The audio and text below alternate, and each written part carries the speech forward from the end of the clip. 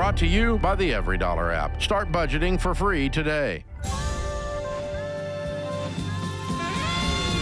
Normal is broke and common sense is weird. So we're here to help you transform your life. From the Ramsey Network in the Fairwinds Credit Union Studio, this is The Ramsey Show. I'm Ken Coleman, thrilled to be alongside my buddy George Kamel. 888-825-5225 is the phone number. 888-825-5225. We'd love to hear from you. We're going to have some fun today. George has got his favorite denim jacket on, and that tells me he's ready to roll. Not fooling around today. No. Because when you get up in the morning and decide, this is the jacket, I always know you're bringing it. Yeah, I'm impervious to really criticism when I'm wearing this denim very jacket. Very exciting. Anderson starts us off in Atlanta, Georgia. Anderson, how can we help? Good afternoon, Ken. Good afternoon, George. So my question, thank you again for taking my call. Sure. My question is, I'm currently on baby step 2 of the, and my partner and I are on our collections, on our debt collections, and we currently have 3 credit card collections that are 7 months old. One that's $3,200, another one that's $3,800, and then the last one is roughly $3,750. And we're not really sure how to deal with collectors. This is our first time doing this, so I'm not really sure what's the best way to approach them. Should I settle in full, or should I pay them all in full, or should I just settle? And I also owe the IRS $4,200, and I was thinking of pausing the debt snowball and knocking that out first before I go into collections. So what's the best way to approach those things? Well, I'm glad you know your numbers. It sounds like life was chaotic for a little while there. What happened that got you guys to miss all the payments and go into collections and missing the tax bill? What happened? Yeah, so last year we were just fooling around, just traveling and really looking over our money, and after traveling we couldn't pay the credit cards. We funded all the traveling with the credit cards, all the expenses, going out, everything, groceries, we funded it with the credit cards, and after a couple of months we couldn't pay it, and then we just let it ride until we couldn't pay anymore. And then this month they sent us a mail saying that we owe them this amount, which is $3,200 for my lady. And then they sent me 2 mails saying that I owe them those amounts. Also last year, I was working at a 1099 at a construction company. And this year, the bill came through that I owe the IRS $4,200. Because you weren't setting aside money for taxes. Exactly. Okay. Exactly. I was just spending it because I didn't really know how to manage that money, because it was just, I didn't know I had to set aside 25% until the year ended, and I'm like, oh shoot, and that's just what happened. And now I don't have $4,200, so okay. We're trying to knock it out. Yeah, well, you're right. The IRS debt is going to come first. Okay. So I would just, if it's in collections, there's no payments, just leave it. You haven't been paying it anyways. Let's leave that alone and just stack up that $4,200 to get Uncle Sam off our back ASAP. How quickly can you do that if you do nothing else? You and your partner. You're not doing anything except keeping the lights on and paying the IRS. We'll probably knock it out this Friday once we get paid. Amazing. Okay, good.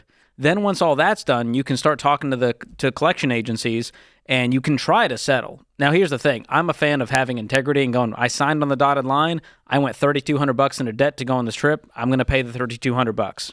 If the debt is old enough and they're willing to settle, you might shave off some money there. But 7 months is not an incredibly long amount of time. So you're probably on the hook for what you owe.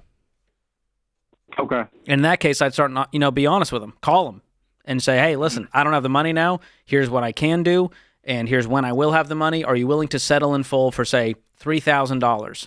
And never give them access to your checking account. Okay. So you can do like a money order, a cashier's check, but don't just give them direct access to your account because they will take the money. All right. That's all you got to do, man. It's not fun. And part of it is just being in denial about it. So just start tackling them, get the IRS one knocked out, and then you can kind of debt snowball the collections. as they go and see who's willing to settle. And again, your goal for the next 6 to 12 months is just knocking out these debts and then getting your emergency fund in place and never doing any of this again. Thanks for the call, Anderson. Let's go to Sam in Casper, Wyoming. Sam, how can we help?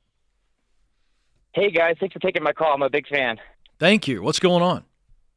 Yeah, so I'm going to buy a truck now, and I'm sort of stuck between a rock and a hard place trying to decide how much to spend.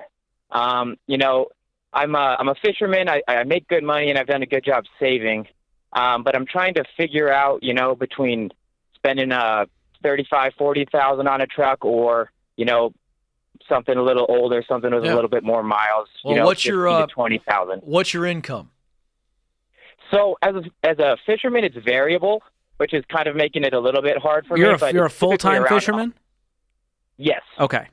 In Wyoming? Typically, no, that's where I spend my shoulder season. So, okay. I had to ask. I had to ask. Yeah. Okay. Well, give us. How long have you been a fisherman? And then what have you made, kind of on average, so that we can pin down a number, because that's going to dictate our answer. Yeah.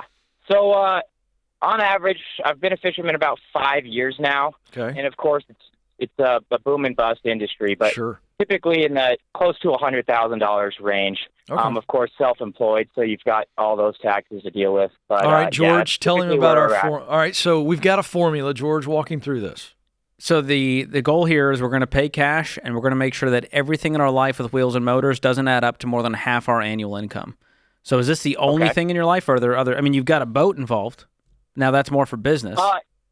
Yes, so I'm actually not the owner. I'm just a hand on deck. Yeah. Okay. So you don't own a boat. You just. So what do you need the truck for? No. If you're not hauling a boat. I've got no other debts. So I need a truck, really, because as I'm thinking through this, I'm sort of at the tail end of my career. In that, you know, fishing becomes a hard job to do as you get older. And as I'm sort of planning through my next life steps, I'm thinking something, you know, along the lines of, you know, contracting or building or it seems like everything. What's the I've timeline? Ever done All right, sure. So what's the timeline for making that transition? I would say definitely by the time I'm 30. How old are you now? I'm 27. Okay. You're already on the cusp of retirement? Well, from fishing. Is it? I mean, no. See, you be careful, George. You're going to get in trouble. Yeah. You've not watched all these shows that I've watched. All these fishing intense. shows. I watch these shows, and it's hard work. Let me rephrase. Sorry, let me rephrase. Not retirement by any means. No. Retirement from fishing. Yeah, no, I got it. I'm tracking with you. We don't have a lot of time left, so real quick. Yeah. What are you driving now? Give me the 10-second answer. That's it. I just sold our truck, so nothing. I don't have a vehicle. Well, okay. How much money do you have? Yeah. I've been able to save, I guess, like $35,000 in cash. Does that include your emergency fund? Yes, included. Okay, we got to separate those two out. Let's get the emergency fund, then anything above and beyond that becomes the car fund money. What's the number, George? I'd like to see him in the 25 or less range. Let's wait until you know what you actually need. So right now I get a used older truck, probably $20K. I agree. I was going to say the same. We don't need a truck for a business that doesn't exist for 3 more years. A car, though, we need.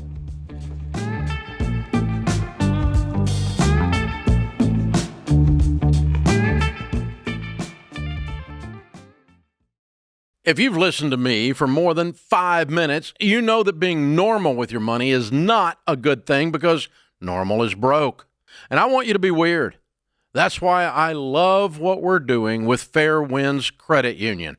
Our friends at Fair Winds just launched a brand new Ramsey debit card. And it says, debt is normal, be weird, right on the front. I love that. Because every time you swipe it, you're choosing to live differently with no credit card payments and no debt.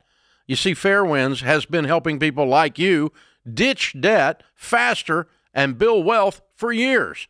They're not trying to shove credit cards or auto loans in your face like the big banks do. And they've worked with us to create the Smart Bundle for Ramsey fans.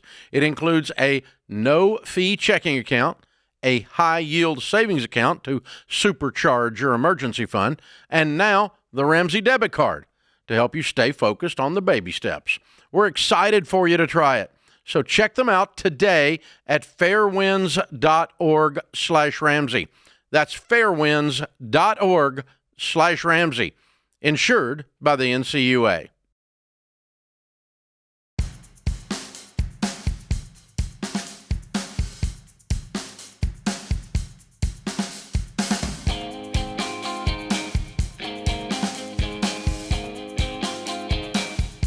Jane is up in Phoenix, Arizona. Jane, how can we help today?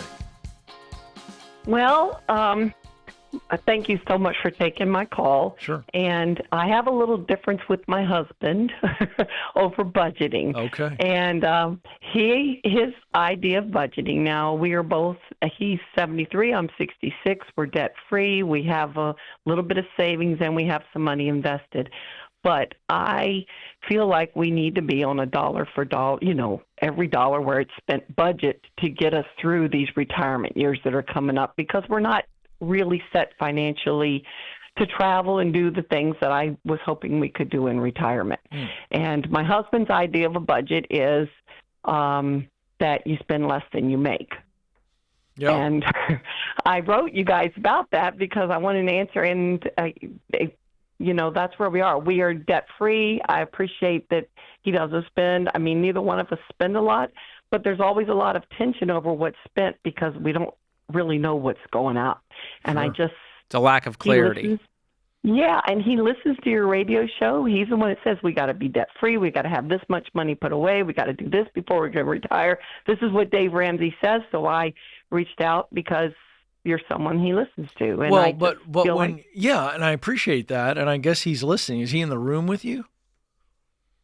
No. Oh. We did set it up so he could be, but he is in his office doing something else. That's convenient. That is convenient. Yes, it is. Before we dive in, I just want to know what his response is, given the setup you just gave us. That he talks about us. He's like, hey, let's get debt free. So he's on board with a good bit of it. So when you say I feel tension, I feel we need to go dollar for dollar, what is his response? He gets extremely, I don't want to say volatile, but yeah. I mean, he gets very, very angry with me because I won't say that spending less than what you make is a budget. Are you guys been married? What is a budget? Yeah. How long you guys been married? 28 years. 28 years. Okay. And the reason I ask that is, what is your best guess as to why he doesn't want to do it that way? To the point that he gets agitated. What do you think is behind that? You know him better than anybody. So a little backstory. This is a second marriage for both of us.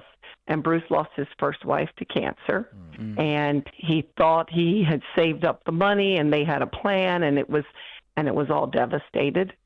And the reason I'm pushing for the budget is because as a single mom, and I was a school teacher, it was Larry Burkett back then, who shared with me how to set up a budget. A friend of ours was working with him and set me up on a budget. And even as poor as I was on a little school teacher's income with 3 kids, I was able to make my bills.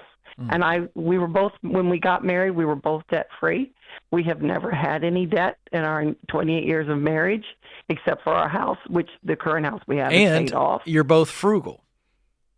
Yes. Very frugal. I'm going to make a suggestion. I don't know if George agrees with this or not, but just listening to this situation, I don't know what's behind it. I'm not sure you do either. I appreciate that information, but there's something emotional for him around the idea of sitting down and going through the specifics, the details, and I'll give some insight because I hate that. It's just something about my spirit. I feel like I'm a wild Mustang, and I just how I have always been. I don't like anybody telling me what to do.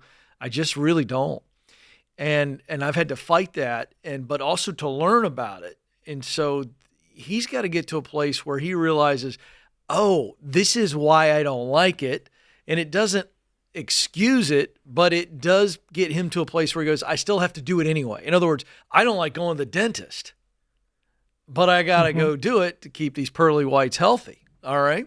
So there's a trade-off on some of these things.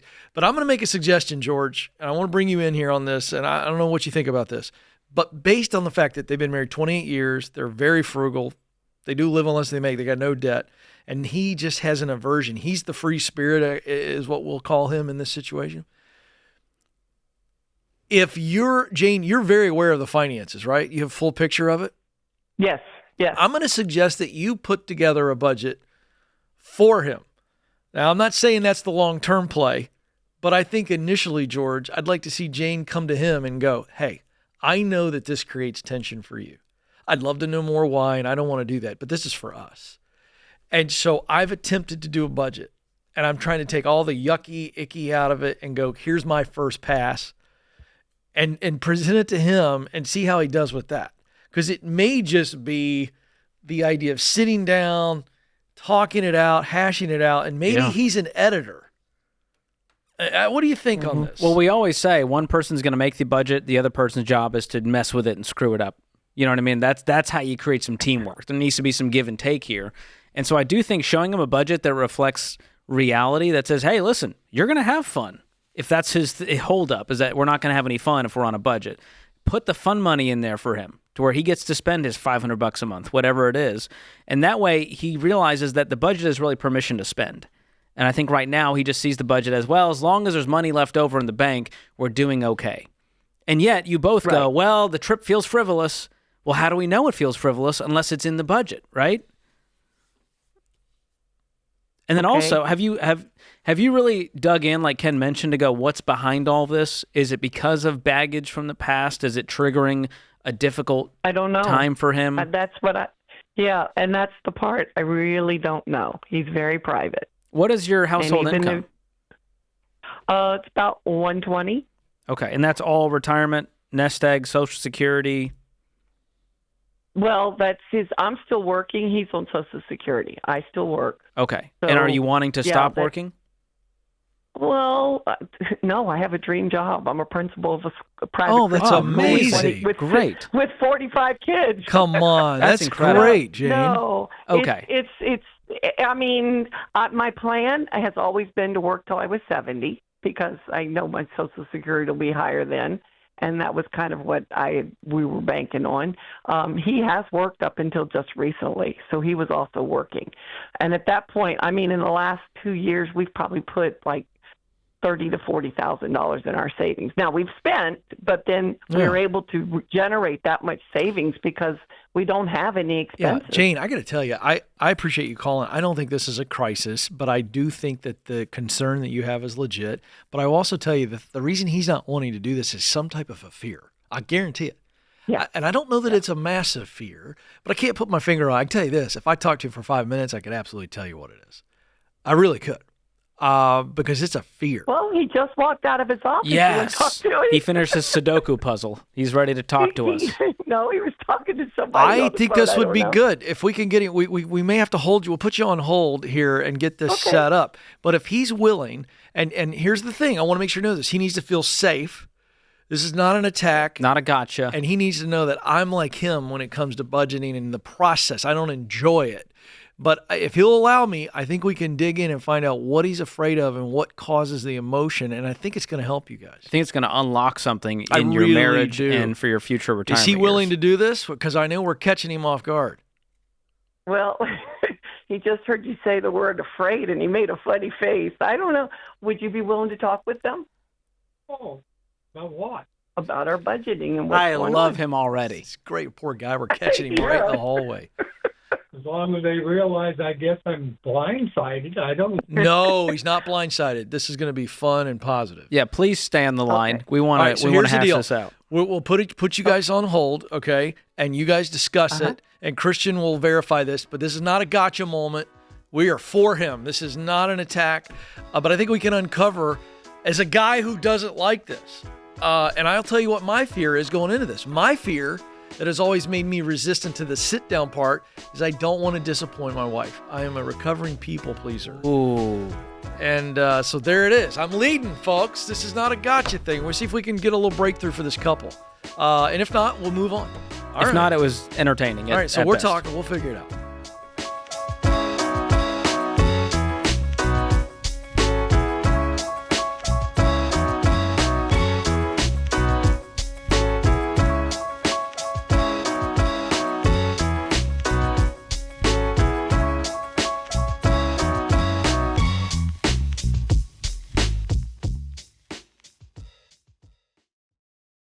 Y'all, do you want to know a game changer for your grocery budget?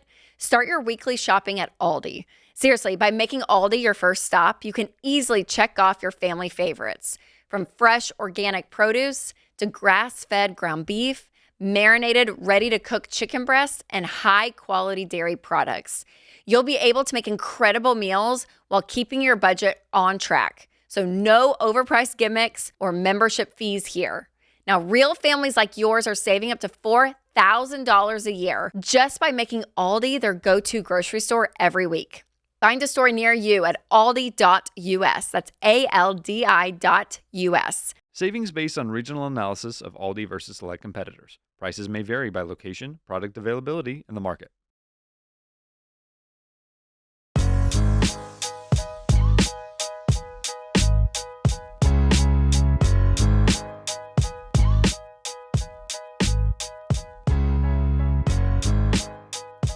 All right, so we're going to go to Jane and Bruce now. We're going back to Jane. She's got Bruce, and we're on Bruce's team. Bruce, are you there? Yes, sir. Man, I want to tell you something. Thank you for doing this. People are going to love this. Number one, it's going to help some dudes. Two, I am normally like you. For years, I hated the budgeting process, and I just didn't want to do it. So Jane called us, and you know what she talked to us about. So I wanted to ask you a real quick question, as we know you're waiting on a service call at your house. Don't want to miss that. What do you think creates tension for you? What do you think's behind? I have a fear behind mine, and it's a fear of disappointing Stacy, not being enough if the budget doesn't turn out the way I want to, and we can't do what I want to. So I have always avoided it. Okay, now I don't anymore, but that was my story. And I'm trying to make you feel safe because your wife really wants to go through the budgeting process. We encouraged her to put a budget together and let you just be the editor. You don't have to sit there and construct it.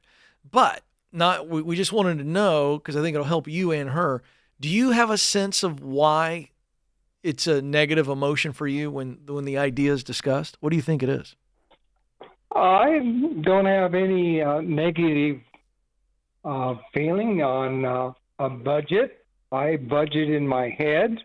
So far, I don't see any problem that has arisen of not having a budget. Okay. Yeah, you guys have done well. Now, to be fully transparent, Jane told us that when she brings it up, that you get upset. Well, I mean, if she wants to have a budget, let her have a budget. I mean, the only thing I would say, you can't, like yesterday, our car went down and it cost $1,000 to get it repaired. So where in the budget, was that? Well, that's in the emergency fund, right? I know. And we have $10,000 emergency fund. If we don't need, or we need more, our roof is going to be needing replaced. That's $20,000. So we go to our next one, which has $20,000 in it, and we take out $20,000. So you're talking in terms of emergencies right now, but what about everyday spending? What about the fun stuff, the vacation? She wants to buy $1,000 purse. Are you gonna, raise some eyebrows at that? No, as long as it's we're paying for it, there's no problem with it. If you start taking out a savings, then I have a question about that. When you take out a savings, it needs to be something that is above and beyond our needs. Right. And is $1,000 purse a need or a want? If it's a want. Well, you said earlier, Bruce, you said, well, the budget's in my head, right? You said the budget's in my head. What's the problem? And I'm going, well, Jane can't read your mind. I think the picture of the budget in your head versus what's in her head are two vastly different things, and there's invisible tension there. Okay, maybe she has tension. I don't know. There you go. I haven't. So you're okay. You're okay if she brings you a very detailed budget and says, this is my first pass at it, and you're okay looking at it going, I don't think we need to put this over here. I would say it over here. You're okay going through it line by line, dollar for dollar, if she puts the first draft together? I don't know if I've got time. I guess I could. I thought you were retired, Bruce. No, I'm tired. Oh, you're just tired. I'm not. He has time. He's just retired. exhausted. Yeah. I still have work to do.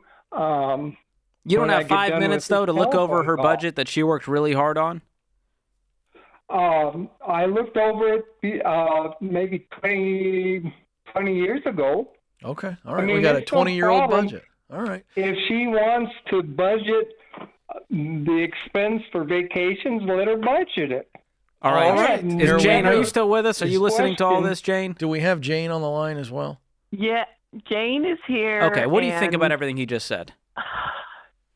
Well, I think that what he's saying and what y'all are hearing and what he's meaning are like different things. It's a game of telephone for while it- we're on the telephone. Yeah. Well, the reality is, I don't know that Bruce necessarily understands.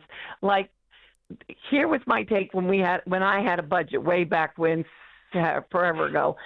You put aside, let's say, $10 a month for fun. Okay, you might not spend it this month. That means then you bank it in. And now the next month you have like $20. Right. But then the third month you might need something that's $30. Well, because you didn't spend those first two, you have it so that at the end of the year you end up balanced all the way across. So that is my idea of a budget. So that would mean like the car he's talking about. That was an emergency, but we would have had an automotive piece going out A sinking every month fund for, too. Vehicle maintenance and repairs to where Right, you didn't even need to touch the exactly. emergency fund. Exactly. So we wouldn't have touched that all year, but then, October, we need that money, and boom, that money goes in. So I think, in a way, that's what he's calling a savings, which it is, but it's not budgeted that way. So it's this unknown. So then when I do say, hey, I'd like to go on this vacation, well, what are we going to give up in order to do that? Because at that moment, he wants it all to be balanced, and it's not, because So you're we wanting to haven't plan been ahead, putting- and he goes, well, it either comes out of our emergency fund savings or it's not going to Exactly. happen. Okay. Right. And that's the problem, is that emergency fund can be for the car, but it ends up being the vacation money, which puts so much stress when Yeah. there's a vacation. You want Okay. some more labels on this, and Yeah. he's going, well, it's just all in my head, and we'll figure it out, and if it's Yeah. in savings, that's great. Exactly. And to his Okay, credit. I forgot to go. Service I've calls got there. a Okay. Service call. All right, we Thank don't- you so much. I Yeah. appreciate that. Bruce, you're a good We'll man. You're a good man. Work down the road. Thank you. Work, Bye-bye. work with her. Bye-bye. He's got to go see the Roto-Rooter guys. That was fun. You don't want that to not happen. You got to make that that's a visit. I get priority. it. Like Bruce is a man of priorities. Bruce is paying everyone in the neighborhood. He's got the car repair guy, the service call guy. I get why he's stressed. Jane, we're with you. So here's the deal. I think, having talked to Bruce, thanks for doing that, by the way. Jane, you still with us? Yes. Okay, this is great. So my insight in listening to Bruce is a man of his ways. And nobody else's ways are going to get adopted. And he's at this point 71, 73. Yeah. Can we be honest? And I love Bruce and I'm honoring Bruce, but there's not a lot of change in Bruce's life that's going to happen. No, All right. you're right. I know. He's not going to go start yoga It's tomorrow just for fun. and I love Bruce. Like, I would love to just throw lots of topics at Bruce. I think Bruce would be a great podcast guest. I think 100%. he's got a lot yeah. of salt Oh, and yeah. vinegar in him. He is the Clint Eastwood of budgeting. He really is. So you're going to have to lead the horse to water. You remember that old phrase? You're an educator. Yep. I think Absolutely. what we already said you got, but I would go this route. I would pick one major item that's causing you stress, and I think it's the vacations, the trips. Yep. And I think okay, great. I think you got to go. We want to go to Bora Bora, and it's going to cost us $15,000. I'm making this up. All right. So you lay all of those powers of influence and persuasion that only a wife has on Bruce, and you say, Bruce, you went on the show. You told George and Ken. She can budget if she wants to. That's what he said. I'm That's holding her business. to it. And so you know what? You start pulling money aside. You do the line by line, stick it in front of him, and make him edit it. If he doesn't edit it, then by osmosis, he approves it. Right. And you start putting $500, $1,000, whatever you want to a month away to Bora Bora, and I think we lead Bruce to water, at which point Bruce drinks. But to explain to Bruce why we should go to water, why we should have a cool drink, Bruce isn't having it. He's never going to have it. He's too tired, and he just doesn't care. He's And tired, so and he's got to take care of the service you guys. have to care on behalf of Bruce, Jane. That's the truth. You got to care. We love Bruce. Okay. But Bruce is Bruce, and you're amazing, Jane. Thank you for that. I think that helped a lot of couples. Thank you so much. Yeah. Appreciate it. You Thank bet. you. All right, I hope the air filters and everything get changed. The sprinklers. I mean, Bruce is on it. We got to get some stability in this house.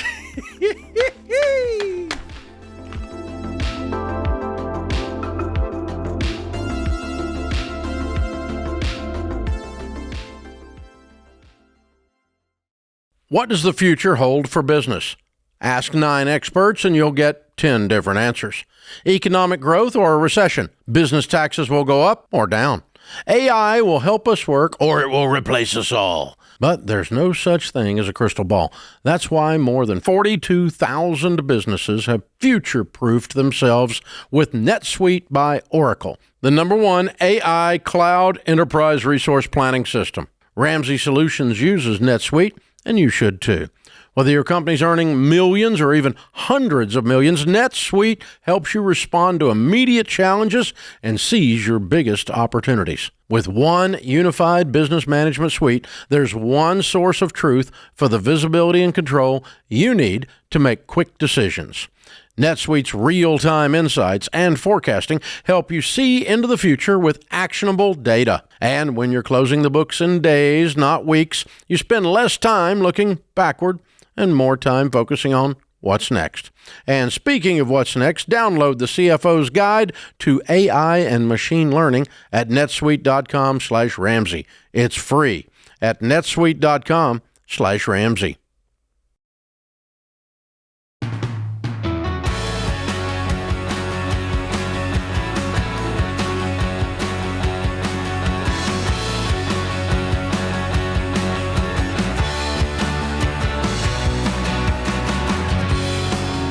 All right, folks, as you know, the Fed just cut rates for the first time all year, and the 15-year fixed mortgage rates have dropped to the lowest we've seen in 11 months. So if you're financially ready, now's a great time to buy or sell. And I can tell you this, and the rates are kind of popping around, so depending when you hear this, obviously things change. But I will tell you this, here's why this is a great time to buy if you're prepared. Because if mortgage rates do drop, demand is going to increase. People are going to get off the sidelines, and that's going to drive prices back up. So while mortgage rates, if you look at the last 5 years, are higher than they were at all-time lows, and you're sitting there going, I'm just hoping, I'm praying to the mortgage rate fairy. It ain't happening. All right, because as mortgage rates drop, you're going to see housing prices go up. So the point here is sitting on the sideline, if you're ready, is not a great move. And you're going to need to have a Ramsey trusted real estate agent on your team, buying and selling a house, major transaction, maybe the biggest financial transaction most people ever make. And so you want to make sure that you got a pro walking you through it. You can find one for free at RamseySolutions.com/agents, RamseySolutions.com/agents. And by the way, if you not sure how you're doing on the baby steps, we also have a quick quiz called Are You on Track with the Baby Steps? Takes just a few minutes. You'll get a personalized plan so that you know where you are and can keep that momentum. That's in the show notes. Just click on the link. Are you on track with the baby steps? Emily is up in Dallas, Texas. Emily, how can we help today? Hi. Honored to speak to y'all. Thank you. My question is about, I know interest rates just dropped and are possibly expected to drop again soon. I'm curious. We would like to refinance to a 15-year mortgage, but if rates don't drop below what we currently have, 5.75, would it make sense to recast at least and just be paying less in interest? Because we've put down an additional about $30,000 on our principal in the past couple of years. Way to go. And so you currently have a 5.75% rate on a 30-year? Yes. Okay. Have you actually gotten a quote yet to see what it would be to get a 15-year? No, I haven't. Okay. I played around on calculators online. Yeah, and they can help. If you contact our friends at Churchill Mortgage, they can run the numbers for you and show you what's called a break-even analysis to show you how long it will take you for this to make sense. Okay. You know, they might say, hey, you'll get a 5%, but it's going to cost you this to refinance. So a year from now or 2 years from now, you will break even, and then it will begin to make sense. And the recast isn't going to do anything except lower your payment. It's going to keep the loan length and the terms, the interest rate. Mm-hmm. So the way the recast will work is you make that a big, lump sum payment, they lower your payment down.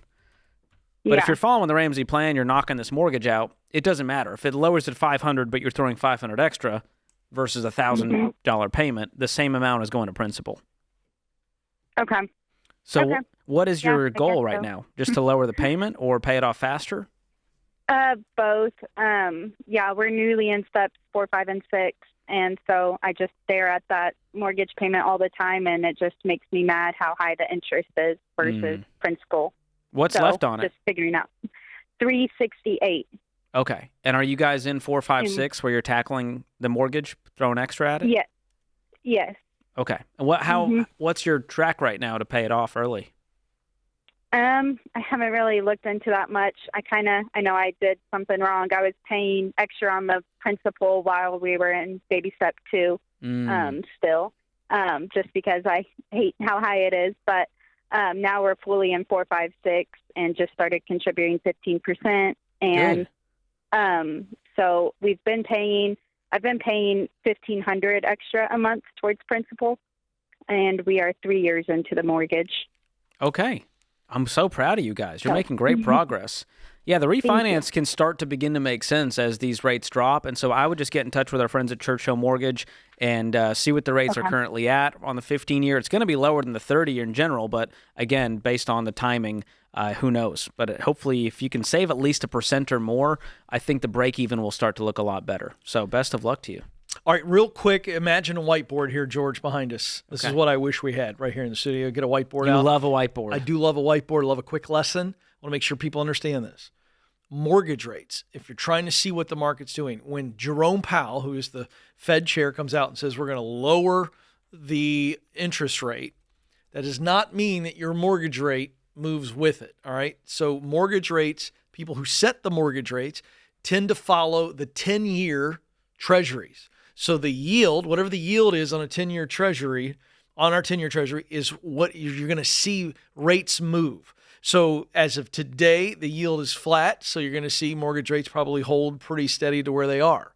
So I just wanted to, I want you to speak to that. I want people to make sure that when you see all the news, Jerome Powell and the Fed's meeting, everybody's paying attention, that does not have a direct, it can somehow, it's related, but it is not directly related. And there's a lag, too. Simple. There's generally a delay. It's not going to happen tomorrow. It might be 30 days, 60 days out. And it's important to also know a 15-year and 30-year mortgages, they also fall into different buckets. That's correct. In the industry, 15 years are seen as more of a short term versus 30 years are more long term. And so it follows different treasury yields. That's right. So you'll see that just because the 30-year rates move doesn't mean the 15s are going to move with it. That is correct. That's important to note, too.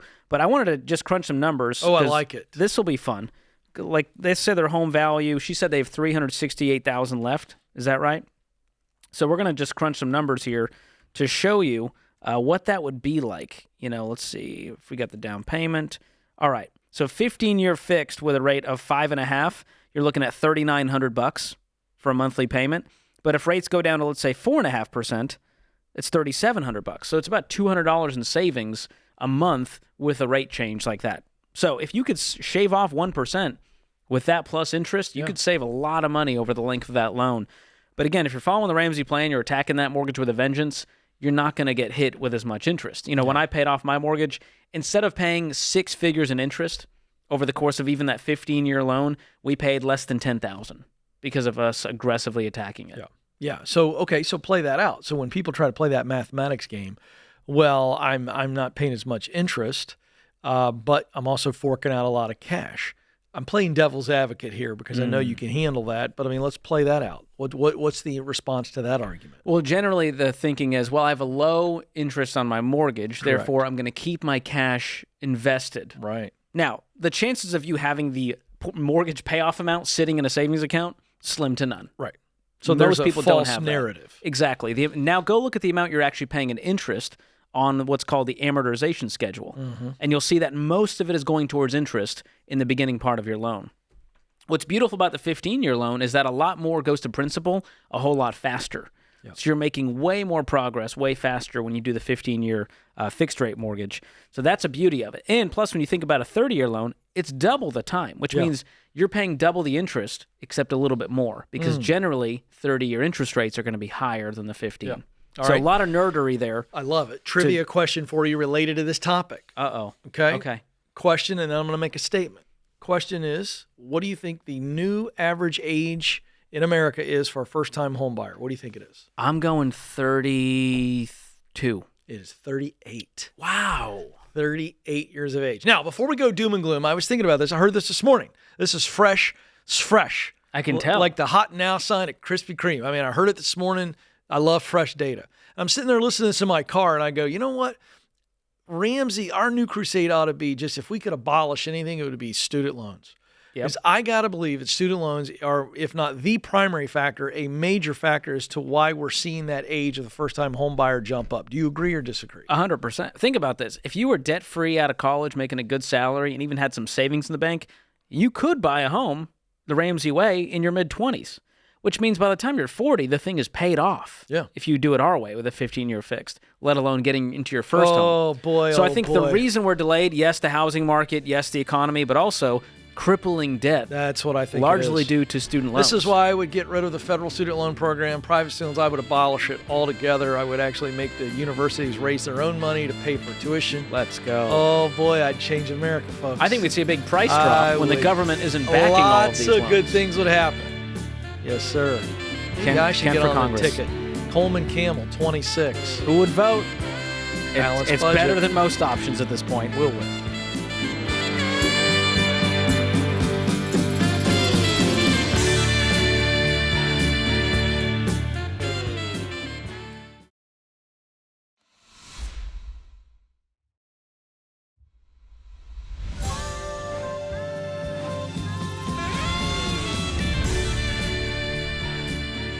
Welcome back to the Ramsey Show in the Fairwinds Credit Union Studios. Alongside George Kamel, I'm Ken Coleman. So excited to have you with us. Let's go to Catherine, who's joining us in Milwaukee. Catherine, how can we help? Yes, good afternoon. Thank you so much for taking my call. It's an honor to talk with you. My husband and I are big fans, so he listens to your show every day.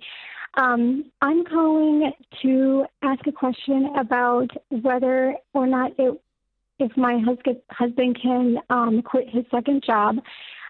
We make a total of $118,000 a year. I work very part-time as a nurse, like a couple of shifts a month.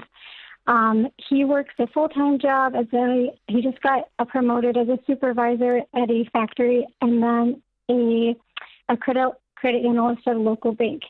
And he doesn't have a very good work-life balance, and it's very taxing on me. And we have a 2-year-old daughter, and just trying to figure out a good balance to see if he can quit the job as a credit analyst to just have a better work-life balance. So give us the breakdown. How much? Sure. So how much is he making at each job? Sure. So at the supervisor job, he makes $87,000. At the credit analyst position, it's $26,500. And how many hours a week is he at the credit analysis or whatever that is? 20 hours. In addition to the 40 he's working on the other deal? Yes. Is it hourly rate? Yes. Okay. So what happens tactically if he walks away from the second job, making $26,000 over a course of a year? Practically. So we spend about, our total spending that we spend is about $4,500 a month. We are renting, we're saving for a house. And if he would just work as a supervisor, it'd be about $5,000 a month. Coming in? So Yeah, 5,000 a month coming in. So I mean, that's a pretty big hit to you guys. I mean, obviously, just the 26,000 alone is over $2,000 a month, and he's there because you guys are trying to save for a house, get out of debt, right? The whole 9 yards. Right. Yeah. How much debt do you have left? We don't have this. We don't have any debt. We just are saving for a house. Okay. How long would he have to work the 2 jobs to help you guys get? Let me ask that differently. If he stays in the second job, at what point will you guys have saved? How long will it take to save what you need for a house? So right now we have about 150 saved for a down payment, and we're just waiting for the right house. So we're just trying to save and pay off once we get a house, we want to pay it off as fast as we can. What kind of house are you guys looking at? What's the price point? Between in the area that we're in, between 350 and 375. Okay, but we're willing to go lower. All right, so let's go back to this. So my question was, how long is he going to have to work this second job to hit a number where you go, this is the right number, or is it just to infinity? Because the way you answered it was kind of like, you didn't give me an answer. Is it when you find the right house? Is it when you hit 200,000 in down payment savings? Because this plays into our advice on the question that you asked, which is, can he leave? Okay. Yeah. So when he works the numbers, he said it would be about a year. So it would be like next year. And that would get you guys well over 50% on the house that you were talking about, the price point. Right. So he wants to work for another year and sock that 26,000 or whatever away, and you're going, I'm at a breaking point. Am I understanding this right? Yeah. Well, I want to bring in my colleague because he's probably the tightest person I've ever met in my life. He's so tight he squeaks when he walks. That's pretty tight. It's not my shoes. And I could see him being in this guy's shoes, whereas I'm going, your hubs needs to listen to you, and you guys are more than fine on a down payment. George, I feel like this is suited to you. What say you? Well, the major problem here is that you guys never set a defined goal. Right. It was just kind of like, well, we'll just keep doing this.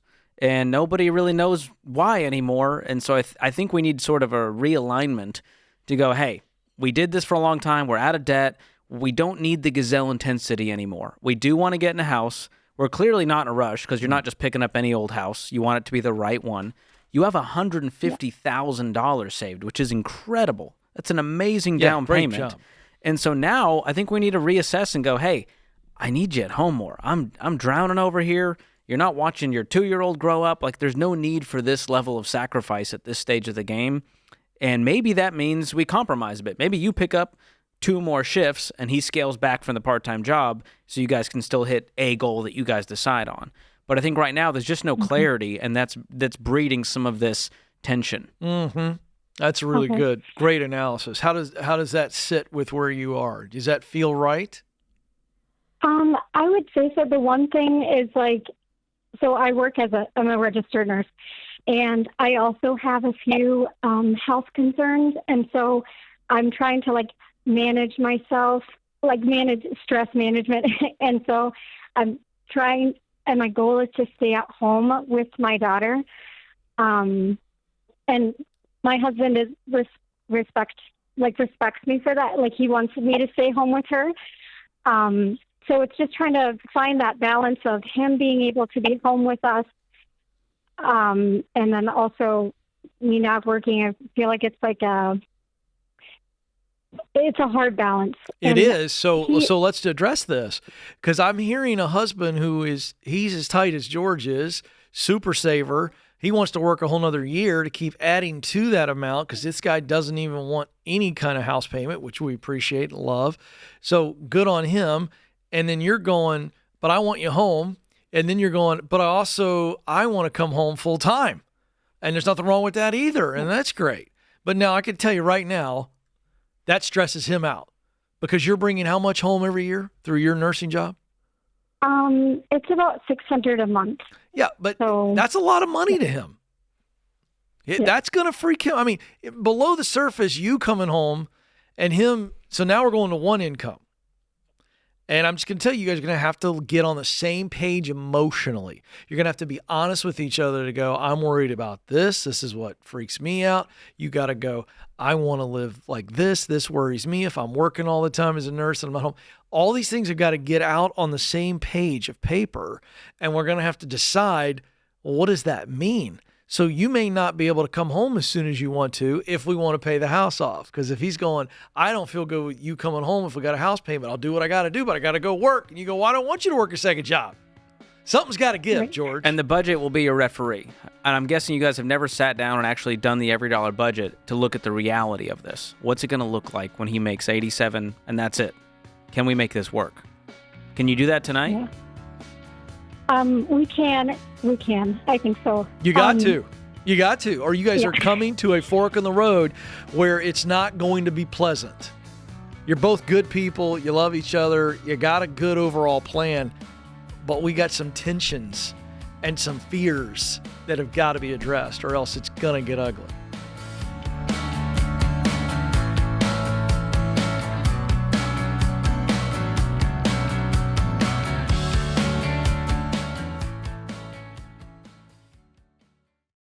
Statistics show that half of Americans don't have enough life insurance, or they don't have any at all. I don't understand this, John. Why don't people want to take care of their family? They think they're going to die or something? Well, I used to be one of those guys, I didn't even think about it. And one of my buddies said, hey, the only reason to not have life insurance is if you hate your wife and kids. And I immediately went and got term life insurance. That's a gut punch. And, you're telling me, and for decades, Dave, I've sat across people who've lost a spouse. They've lost somebody important to them. Me too. They don't know what to do next. Me too. I mean, you're going to have a crisis here. And, you got two options while you're sitting and talking to a young widow. She's concerned about how she's going to invest all this money properly and not mess this up, or she's concerned how she's going to eat tomorrow. That's exactly These are the two options. And take care of your dadgum family, man. Term life insurance can replace income, pay off debts, cover funeral expenses, so your family can actually have the opportunity to just be sad. Yeah. To just miss you. That's exactly what it's supposed to be. It's saying I love you to your family. Term life insurance. Jeff Zander and the team at Zander Insurance makes it easy and affordable. I've used them personally for 25 years. They're the only people I trust. Go to Zander.com or call 800-356-4282.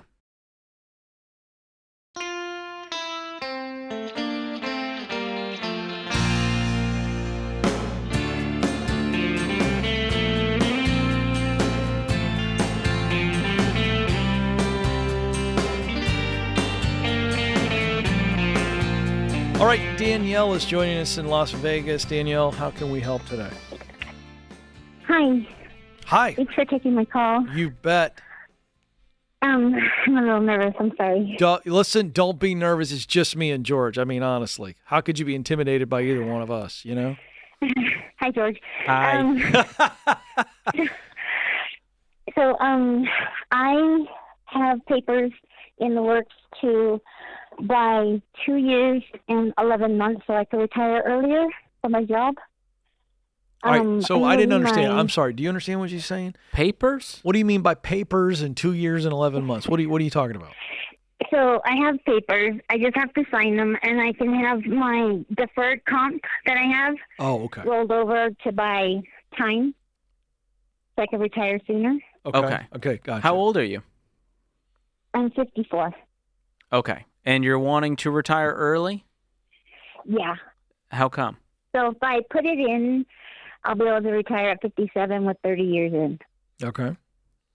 So I'll be my full retirement. Got it. I'll be able to get my pension. And what's that going to be? I'm just my pension will be $6,700 a month. Okay. And I don't have any debt except my house. I bought it in 2021, and I paid $464 for it, and I owe $130 on it right now. So I'm paying it down. All right. So what's your question? I have it paid off before I retire. Should I do that? Like, I'm nervous. Should you retire early? Yeah. Well, that's a deeply personal question. I got to have some more numbers. Let's start with, what are your fears if you were to retire early? I don't know, that I'll run out of money or something. All right, how much money? George is the man. He's got his investment calculator. Give us your retirement. We know what your pension is going to be, but what do you got in retirement?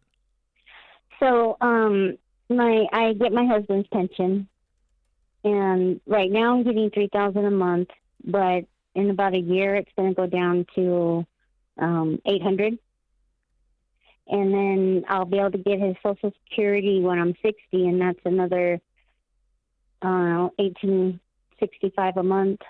And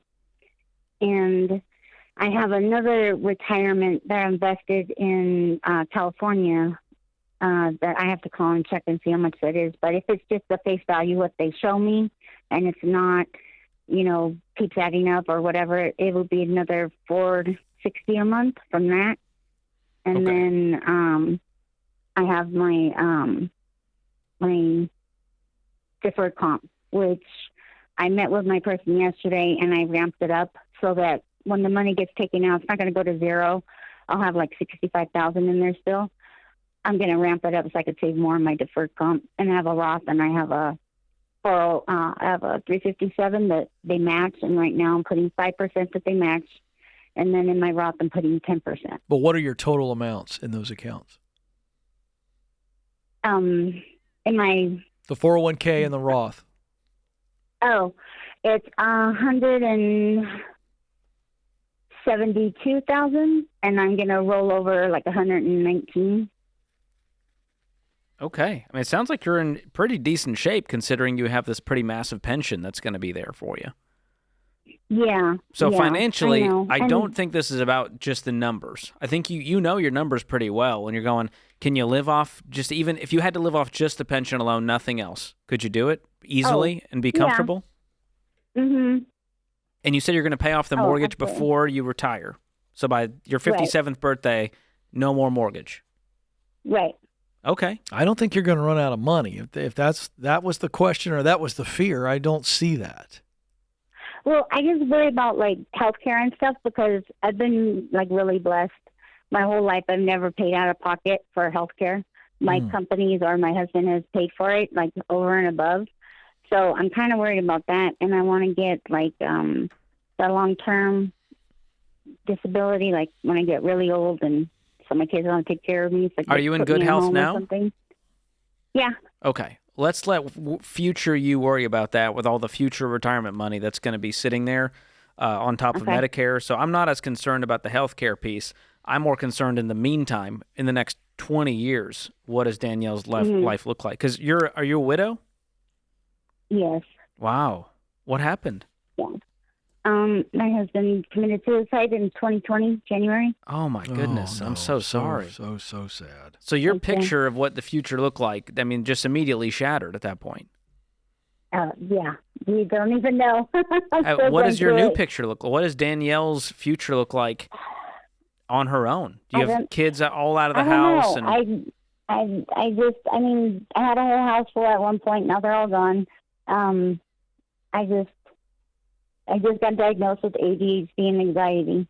And so, and I didn't notice that I even had that until my husband passed away. Like, it was just like a lot of things at once. I never realized I didn't wake up to an alarm clock until after he passed away because he always kissed me goodbye in the morning. I'm so sorry. That was really, really hard. Yeah. Oh my God, I don't hear I set like 12 alarms. Yeah. Well, the question behind all of that is to go, have you actually started to dream again, to go, what does this new picture of life look like other than, well, I just think I should retire early? And that's all we want is we want you to have we want you retiring to something and not just from something. Mm-hmm. Right. And my son, he's in the service and he's stationed in Hawaii. He wants me to go stay out there for a few months. And then I have 3 granddaughters. And I just want to spend more time with my family. Yeah. Those are some great whys. My sister lives in California. Takes care of my mom, and I kind of want to help her with that. Just more flexibility with my time. You're laying out a strong case. Do my art. Oh, you do paint? my art that relaxes me. What kind of art do you do? I just paint. I love it. That's one of the cheapest and best forms of therapy right there. Yeah. We just want to encourage you, Danielle. You're in good shape. you're frugal. You're going to work a little bit longer. Between all the numbers, I mean, George ran the numbers for you. There's no reason for you to be fearful about your future. I didn't think so, but I just my anxiety. I'm always going to worry. I get it. Do you have a financial advisor in your corner? I don't really, but I have over 100,000 in a savings and checking account. Of course you do. Here's what I'm telling you this for a reason. I think this is going to be one of the most effective forms of treatment for what you're going through is to have a financial advisor, sit down, go through all the accounts, help you optimize, and then go, Danielle, you're fine. Go see your grandbabies. Stop thinking about the money. Yeah. And I want to do like a trust because I want, whatever money or investments that I do, because the lady I talked to yesterday about my 401k and stuff, she said I won't have to touch it till I'm 75. You won't have to touch it? But I won't have to start taking money out of it. Oh, like required minimum distributions, the RMDs on it. Yeah. Well, jump on to RamseySolutions.com, Danielle. Go to RamseySolutions.com and click on SmartVestor Pro. Get in touch with a financial advisor that can walk you through all of this and help you think through things very clearly, very calmly, so that you don't have to think about it anymore. Yeah. I think we need to get all of this out of your brain. It's living there rent-free for far too long. And you have bigger dreams, bigger things to worry about than the numbers. You're young. So, who knows what the future holds. I feel like I'm not, though, sometimes.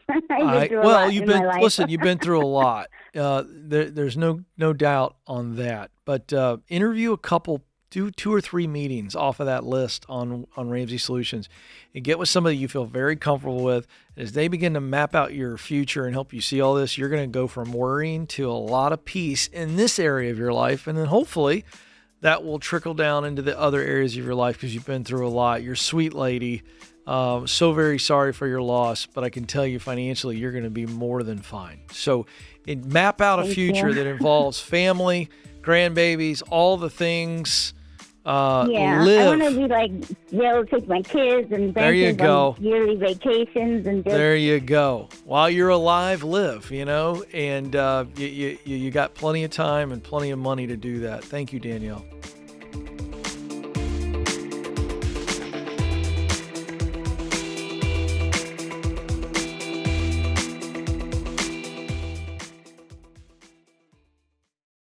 For way too long, I struggled with sleep and woke up groggy after tossing and turning all night. But now, I look forward to bedtime and I wake up bright-eyed and bushy-tailed thanks to Casper, a company that's been perfecting better sleep for over a decade using durable, high-quality materials that actually last.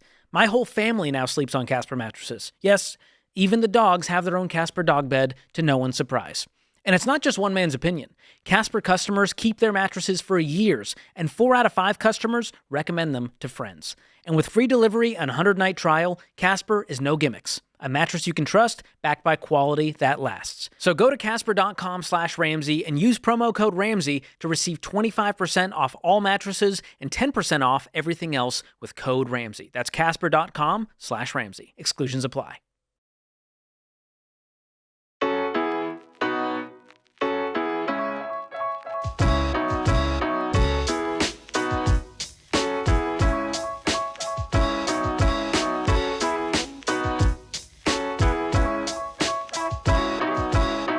Claire is joining us now in Knoxville, Tennessee, the home of the Tennessee Volunteers.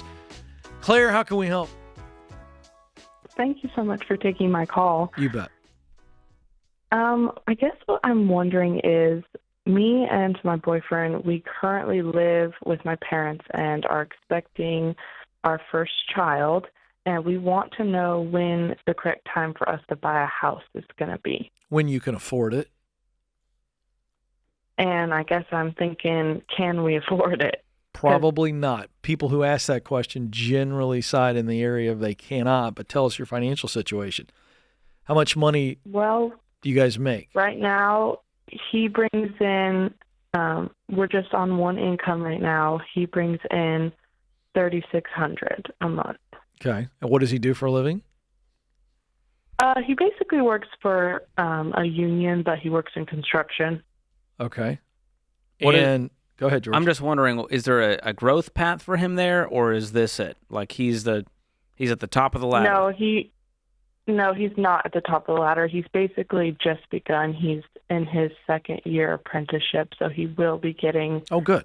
He gets pay raises throughout. And what's the ultimate destination if he is apprenticing? Where does he end up?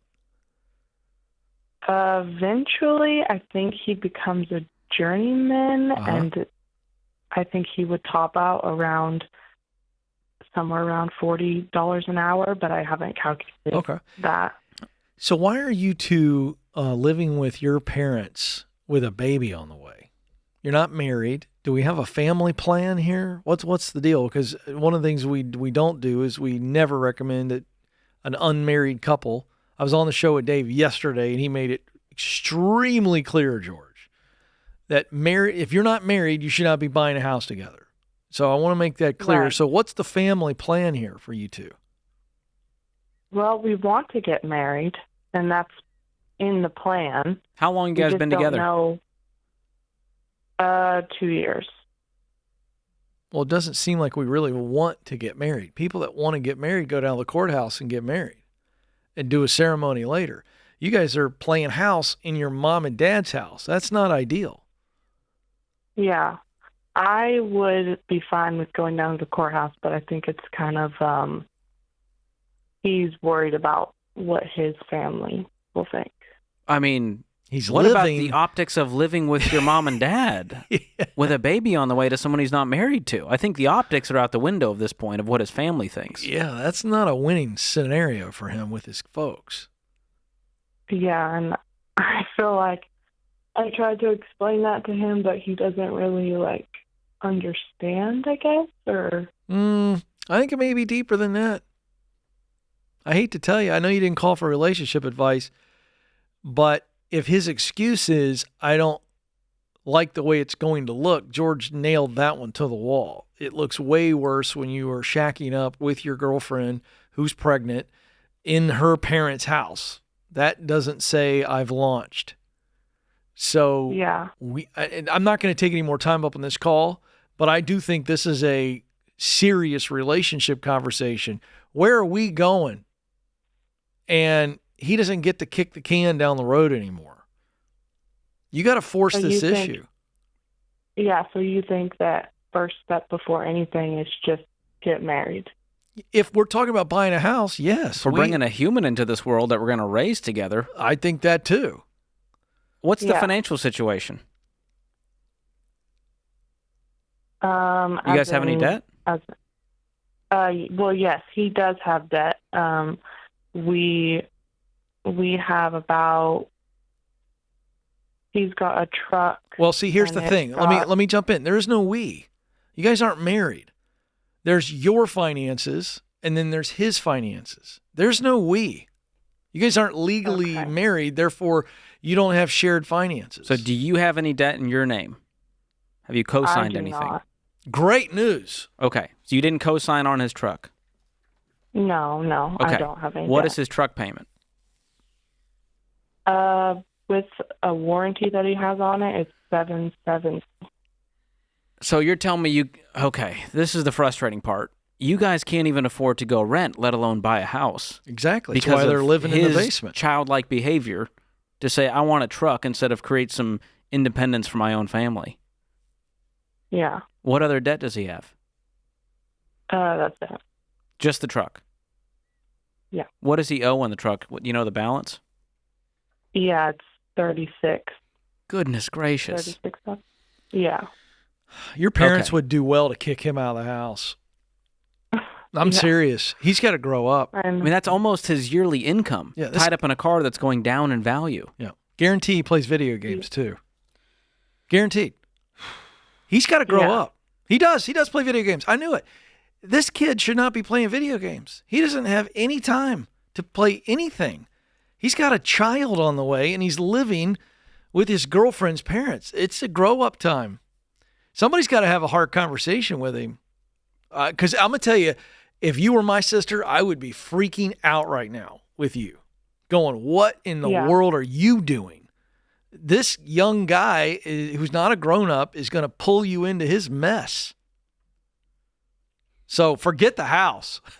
Yeah, I know you called about the house. If you want the true next steps, if you can convince him and get on the same page, would be to sell the truck, get married, get an emergency fund, and then move out and rent. Yeah. And do that for a year, 2, 3, while saving up a down payment. And then maybe a few years from now, we can get into a house. And that's a big maybe. That's if his income goes up drastically. And he's got a good trade job. That's the good news. He's got work ethic. He's Yeah. going to work every day and showing up. So, would you guys suggest using, like, should he use his savings to pay off the truck, or How much should does he have? $16,000. Yes. He doesn't have enough to pay it off, but he he's- can cover the difference. He's underwater. I'm guessing the truck isn't worth 36. I have no idea.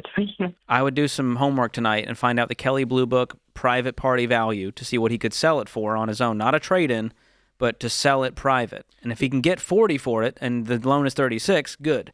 But it might be worth 32 and he owes 36. Well, now he needs to pony up $4,000 to get out of this deal. And he still needs money on top of that to buy something reasonable, used, that can get him from A to B to the construction site. Yeah. Do you love this guy? You want him to marry you? Yeah. Okay. Well, then you need to tell him. This is what we're doing. And when are you due? Actually, in a few days. Whoa. Oh, my goodness. All right. Here's the deal. Once the baby's born, everything's healthy, hopefully, and all the things, you guys need to get married. Well, I'm sorry. You need to get married. I'd get married today. But you need to get to work. You've got family that can watch the baby. And if you're a young couple, as George was saying, the only thing I was going to add to this, if you want to marry this guy, let's go get married. Get married today. And then we start our life together. We're going to combine finances, which means he needs you working. You need to work. And you got somebody to watch the baby. Is this forever? No. But it's for this season to get you guys out of your parents' house and living on your own. You need 2 incomes. You got childcare.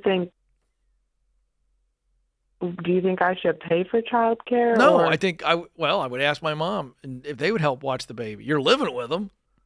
They're okay with your boyfriend living with you. I'd crunch the numbers on what it's going to cost. If they're unwilling to watch for free, or you need to pay them, or you need to get childcare, see what you could make to make sure it makes sense, because it might cost you your entire paycheck, and then it's a moot point. Yeah, and I'm not saying that. I'm just assuming, probably incorrectly, but I would at least have the conversation with my parents.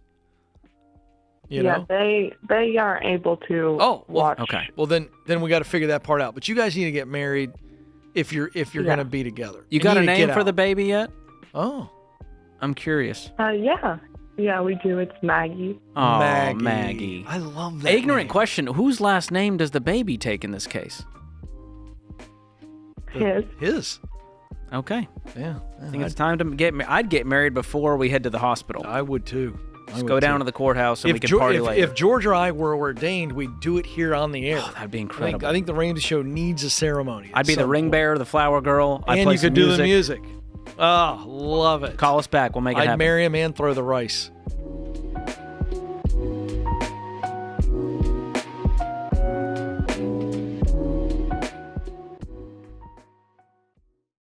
Hey, you guys, more than 100 million Americans carry medical debt, and that is so scary.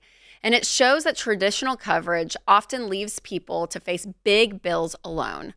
Families need more than just coverage. They need community. So, what if your healthcare costs less and you are actually supported by other believers in the process? That's why I love Christian Healthcare Ministries. CHM is a budget-friendly, faith-based alternative to health insurance that's been serving believers since 1981.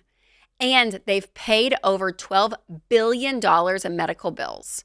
Y'all, that is faith in action. So let me say it again. CHM is not insurance. It's a nationwide health cost-sharing ministry. It's Christians helping other Christians with their medical bills. With CHM, you get to choose your providers. There are no networks, no surprise bills, and no insurance headaches. Whether you're just starting out as a family or you're looking for something that fits your budget better, CHM is where your faith and finances agree. Programs start at just $98 a month.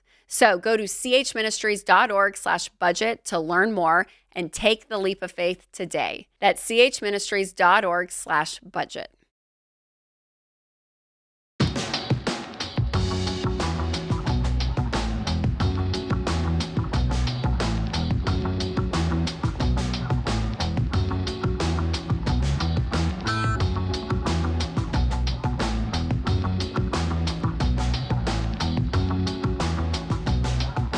Heather's up in Minneapolis. Heather, how can we help today? Hi, thank you for taking my call. You bet. I have a question about budgeting. Is there ever a time in your life, or like in our life in the future, that we would stop tracking intensely with each and every dollar and just kind of budget maybe more in large buckets? Oh, okay. Yeah, I mean, I think the concept of budgeting will always be there, should always be there, but it will get easier and more fun the more money you have, and it can be more generalized. So, for example, you might not need 17 line items and sinking funds, and instead it just says shopping. You know what I mean? And it might just be a little simpler. Man, that's music to my ears. Yeah, Ken loves to hear that. That's what I have. I have an item that's just shopping. But right now it says Amazon, Costco, Target, it's got 17 places. So where are you guys at financially? So we're baby step 7. Woohoo! And probably within a couple years, we'll be able to start taking some money from our non-retirement investments just to kind of do some fun vacations. Awesome. And that's fun great. Stuff, what does your picture look like? Can you tell us your net worth? Yep, it's maybe just over $8 million. Woo! Heather! Back to your initial question, I think you're there. Right, you're right, pretty yep. You're pretty darn close. If you aren't, I think you're there. I think you have that kind of margin. Yeah, the budget now exists not to just keep you on track. It exists to fulfill your dream and your vision for what retirement in this next season of your life looks like. And so the better you manage it, the more you'll have to make an impact to, maybe that's pass down wealth, maybe that's to impact your community, give to organizations you love, spend like Congress. I mean, you can do what you want with $8 million. It's going to be hard to outspend yourself. So how do you go from intensely budgeting to get, we did that to get where we are today, to being more generalized categories, I guess. What does your budget look like today? Do you have a ton of line items? Yes, very much. Okay. And whose idea was that to go, let's get very specific, or how long has it been like this? It's mostly mine. I'm the budget spreadsheet person, so we have lots of funds and just kind of draw from there. And the truth is, the funds, you don't need all of those funds anymore. If you guys you wanted to get a new car, you could just go get a new car. Right. You don't need $1,000 into a car sinking fund to tell you that you have $12,000 at the end of the year. Yeah, that's Is that a good makes example? sense. Yeah, yep. Okay. And then for utilities, for example, instead of having everything listed out, you could probably just have one that says utilities, and you drag the water bill in there, you drag the electricity bill in there. And right now it says water, electric, HOA, etc. Sure. Okay. So it's more just a brain switch for myself to switch that to more do generalized. a budget audit, and maybe with your husband, and just go, hey, what areas could we simplify this budget so when I look at it, it doesn't give me anxiety, it just gives me joy. And maybe you have like the margin category now of just how much extra you're going to have per month. Because my guess is you guys have a great income. How much do you make a month? Well, we're annually it's $262. Awesome. So is it like 15 grand drops in that account every month, give or take? About 13,653. Just about.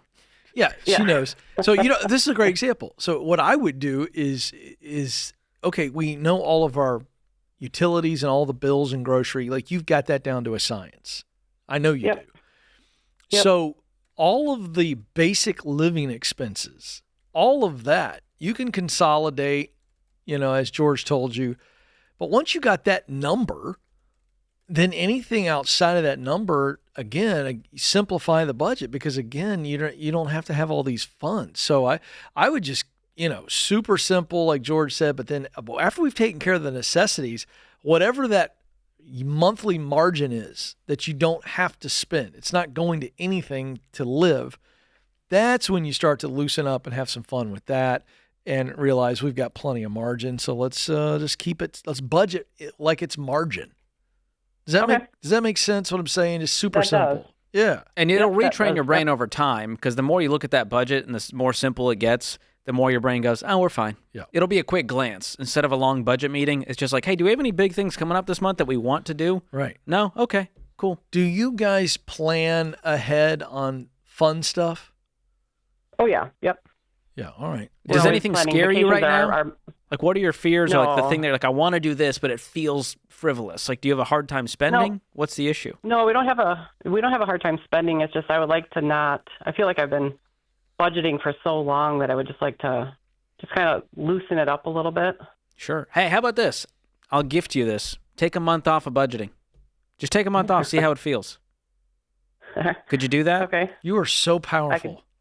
You just I just gave her the gift. You just wield that power so effortlessly. You just told Heather, hey, Heather, hey, don't budget for a month. It's like you've been counting calories your whole life, and I'm going, hey, Yeah. just eat the meal and enjoy it and see what that's like. Because you guys have done such a good job to get here, and the budget was a key. And so it's not that the budget is no longer serving you. Yeah. I just think it's taking up too much space in your head. And so I would like to just see you free yourself of that for a month. What likely will happen is you'll forget after like 7 days, enjoy your life, and then you'll go back to it and go, oh, I remember you. You're a friend. Okay. Wow. I tell you what, Yeah. folks, George never ceases to amaze me. A lot of power you're wielding here. Old dog, new tricks here. Telling someone to not look at the people budget. to not budget for a month. Be careful, George. Watch it's them a go. lot of Ken, power for we one spent person. $7 million Could in go 30 to your days. head. Could go to your head quickly. Whew. No, but I think you're absolutely right. That was good. You know what? You were like an emperor, and then you were Mr. Rogers, all in one call. Yeah. Two things I never You thought I'd went, be. I'll go back for the week, and I'll see that the budget is my friend. It was Hello, very friends. Mr. Rogers. Thank you. I love that. By the way, we're talking about budgeting, and we have to mention the all-new EveryDollar. Now, George, when we say all-new, I don't want people to think that we slapped a new logo on this. No, actually, same logo. Exactly. What's under the hood is all new. Exactly. And let's describe this, because I don't think people realize this is no longer, and when we launched it, it was a great budgeting app, but it is no longer just a budgeting app. Tell them, George. I'm pulling mine out right now. Oh, so boy, we he's still got gotta the brag. same great budgeting app there. Yep. Like you still have that tab. Yep. But there's a new tab that says today. Ooh. And so this is the personalized plan. We're calling it the Digital Coach Experience with a bunch of advanced features. And what it does now is we've integrated the Ramsey plan. We have breathed life into what once was just math in a slick budgeting app. Now we're actually going to give you recommendations personalized to you based on where you're at, based on the information you give us, so we can steer you in the right direction, much like we would on the Ramsey Show. But now you can do this in your pocket 24/7 on your smartphone. All you got to do is go download EveryDollar in the App Store or Google Play. And what's cool is the average person is finding thousands of dollars in margin in just the first 15 minutes. So How you go is through that possible, George? Well, you go through the onboarding. And just like you would on the show, you start telling us, hey, here's my income, here's the debt I have, here's the assets that I have, here's kind of what I'm willing to do, here's my goals. Well, now we can start to shape that and go, hey, what if you did XYZ? Are you willing to do that? Nope. Okay, how about this? And so between all those recommendations, it adds up to over $3,000 in margin. Yeah, it's crazy. I love that. So there you go. Go check it out. EveryDollar, and you can get it for free in the App Store or Google Play. And then I got to share this because, we love what we do because we get to help real people, we get to meet real people. And one of the great things about this is we do our show in front of a live studio audience. They're out there in the lobby, a lovely group of people today from all around the country. We get to meet them. And we went out on our just a minute ago and took some pictures. And I don't know if the guys can zoom in on this. Oh, please zoom in on this photo. George, you got to be watching on YouTube or Spotify. Some young children love George's videos. There they go. Here's the zoom in here. If you're on YouTube. Oh, perfect. And they drew a picture of you and expressed their love and appreciation for you. And That's I thought, amazing. this is actually a pretty good photo, but they see you without a beard. Oh. Did you notice that? And it's a good reminder of why I have one. So shout out to Gideon and Ethan, Elliot. Elliot and Gideon Fowler. Appreciate you guys listening about in. that? Listen, we're affecting the next generation. You really are. Listen, they love his videos. I said, George, this is a high compliment. These kids have the attention span of a squirrel on cocaine, and they're watching your videos. This is fantastic. I have the same brain as a 10-year-old. That's why they love it. You look handsome without the beard. Appreciate that.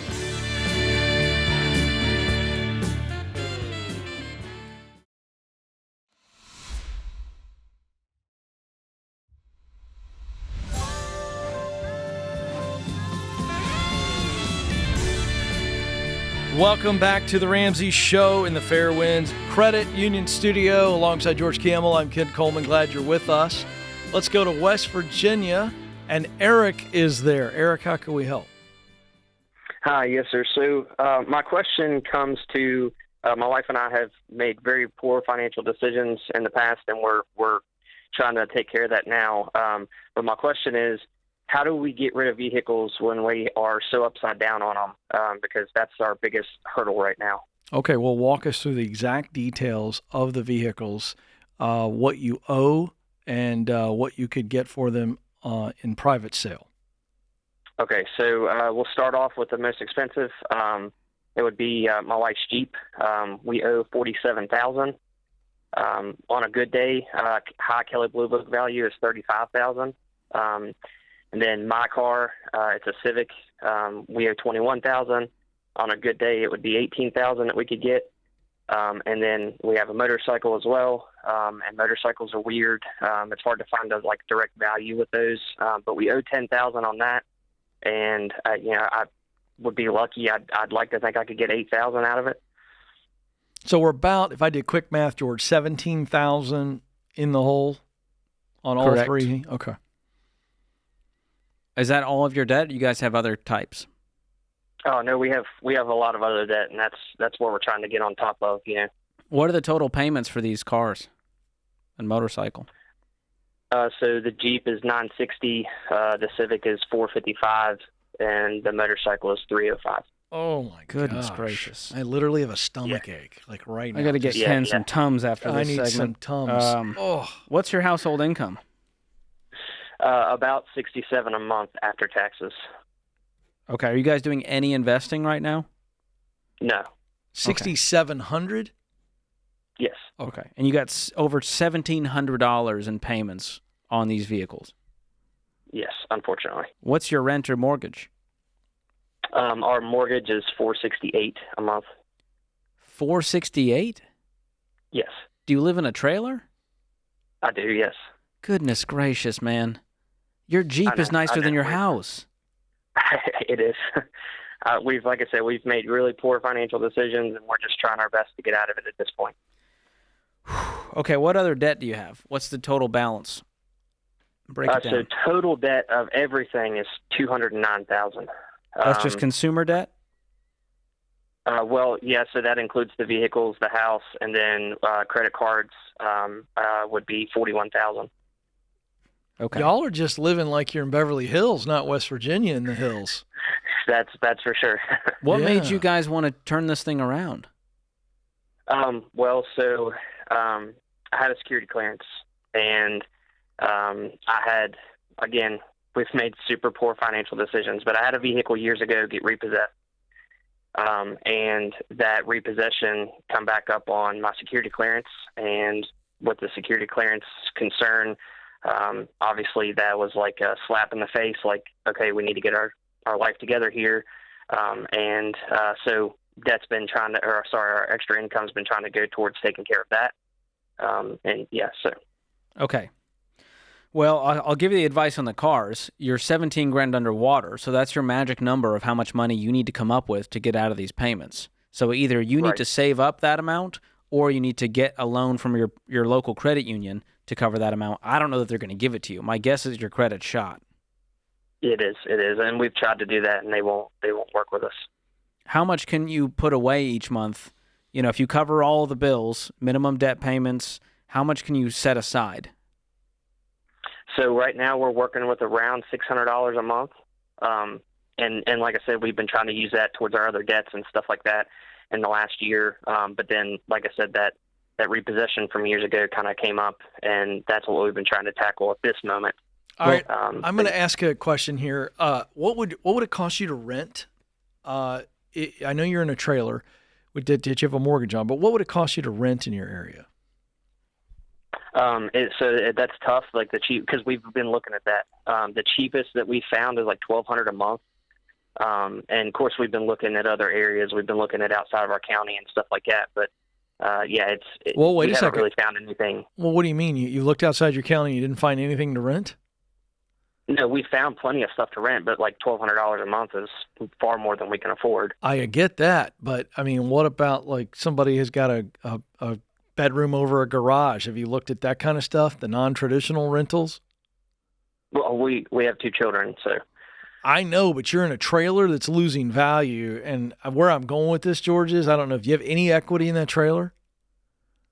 So we owe about $40,000 on the trailer. It's a 2017. I bought it brand new in 2017. And I don't think that it would be worth much more than that. I don't know. I don't know how I would even go about selling a trailer. You know what I mean? I don't know either, dude. But you got the credit card debt and the cars. Anything else?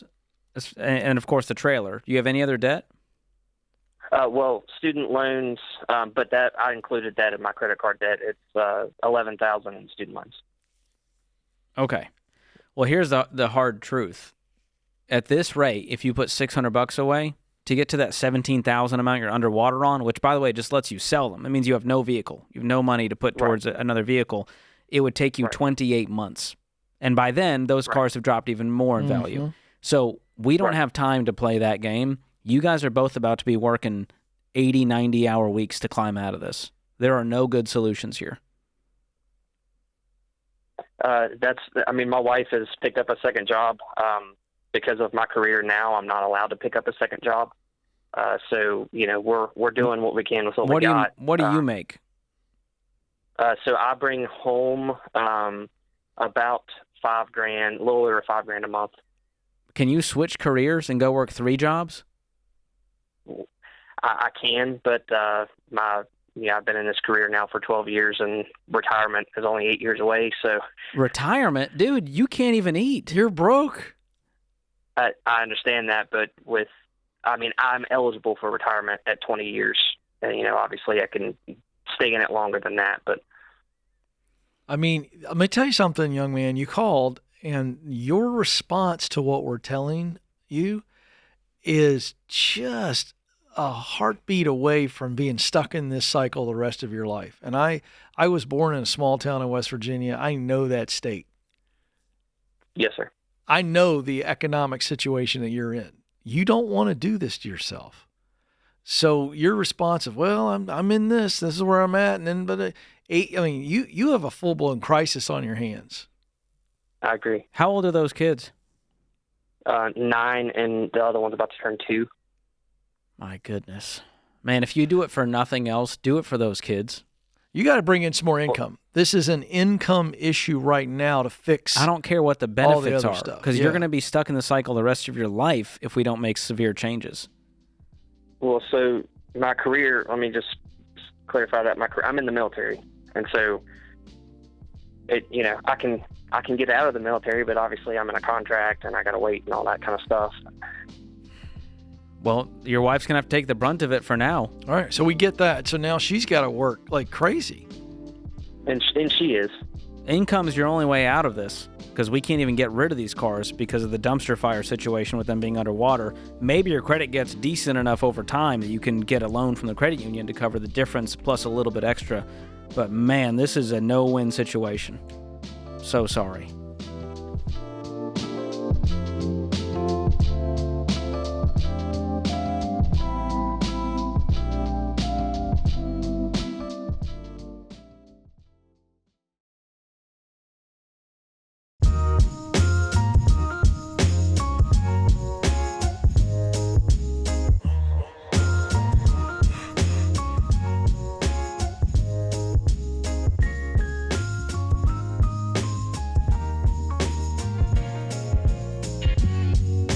Our question of the day is sponsored by YRefi. If other lenders won't help with the defaulted private student loans, YRefi might be right for you. They offer fixed rate solutions that fit real life. Find out more at yrefy.com/Ramsey. That's the letter Y, REFY.com/Ramsey. May not be available in all states. Today's question comes from Hayden in Georgia. My wife and I bring home $8,000 a month, and we pay $7,500 a month on debt and living expenses. We're $138,000 in debt between credit cards, car loans, student loans, and unpaid taxes. How am I supposed to pay extra on the debt with only $500 a month left over that has to cover food, utilities, etc.? I have redone my budget and saved money where I could. I tried selling my car, but I'm $5,000 upside down. Should I just file bankruptcy and be done with it? Well, if this isn't the most American question I've ever gotten. Really? In other countries, they'd be like, you make $8,000 a month? You are the wealthiest person I've met. And they go, no, we're broke. We're broke. You don't understand. Yeah. Okay, let's address this. You said living expenses, but then you said $500 a month has to cover food, utilities, etc. So that should be included in your living expenses. Not sure why you worded it like that, because that frightens me if that doesn't even cover your food and utilities and it's costing you $7,500 a month. So the upside down question, that's a simple one. You need $5,000 either saved up from your extra cash every month, or you need to get a loan from your local credit union plus enough to get you a different car to get rid of that car payment, which will definitely help. The unpaid taxes, that's going to the top of the list. IRS gets paid first because they are the scariest. They can destroy your life, garnish your wages, yada, yada. The rest of this, I'm going, we need to do a budget audit tonight, which I'm sure you guys have never done one, but go download EveryDollar, list out your income for the month, $8,000, list out every single expense, including your minimum payments on your debt, and then be judicious and go, what do we not need to survive? And that becomes your new budget. Hopefully you can shave off a whole lot right there. And then if that doesn't solve it, you don't have enough margin, you need to go make more money, which I know is crazy because you guys have a great income making $8,000 a month. You might need to make $9,000, $10,000 a month with some side hustles and overtime, selling stuff, whatever you got to do to get to a little more stability and find that margin. George, that's my take. No bankruptcy though. Don't do it. I agree, but I'm going to tee you up. The last line is what concerns me because I think there's millions of Americans who drop into this. It's a mindset. The last line is, should I just file bankruptcy and be done with it? It is if I file bankruptcy, hey, I wipe it all clean. I get a fresh start. I don't think people realize what a prison bankruptcy is, George. Let's talk about the meat and potatoes of bankruptcy. Okay, you do it. You file for it. Now here's the circumstances, or in other words, here is what you're going to have to deal with because you've done it. Explain that. Well, number one, it destroys your financial world. So your credit is completely shot. And again, I don't care about your credit score, but if you have a bad one, it's going to hurt every area of your finances, your insurance premiums, your ability to get a job, to rent an apartment. All of that is affected by that. It's a stain. And on top of that, there's two types that most people do, Chapter 7 or Chapter 11. And, one is just a repayment plan. Or Chapter 13, the repayment plan. And so you're going to have to sell all your assets. You're going to have to get rid of the cars, and your student loans aren't bankruptable, so good luck getting rid of those if that's the main thing dragging you down. And again, it doesn't solve the problem. What we find is most people that file bankruptcy end up doing it again if they don't change the behavior that got them there. It's kind of like watching an episode of Hoarders, and they've just destroyed the place. It's a dumpster, and they go, well, I guess we'll just sell the house and start over, instead of going, let's clean this up. Let's maniacally get rid of stuff, send it to the junk, clean it up.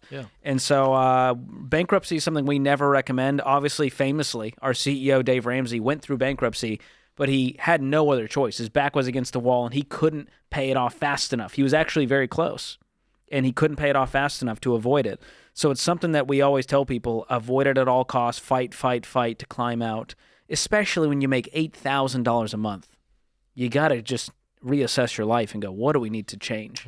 Yeah, absolutely good advice there. Alexa is now joining us in Springfield, Michigan. Alexa, how can we help?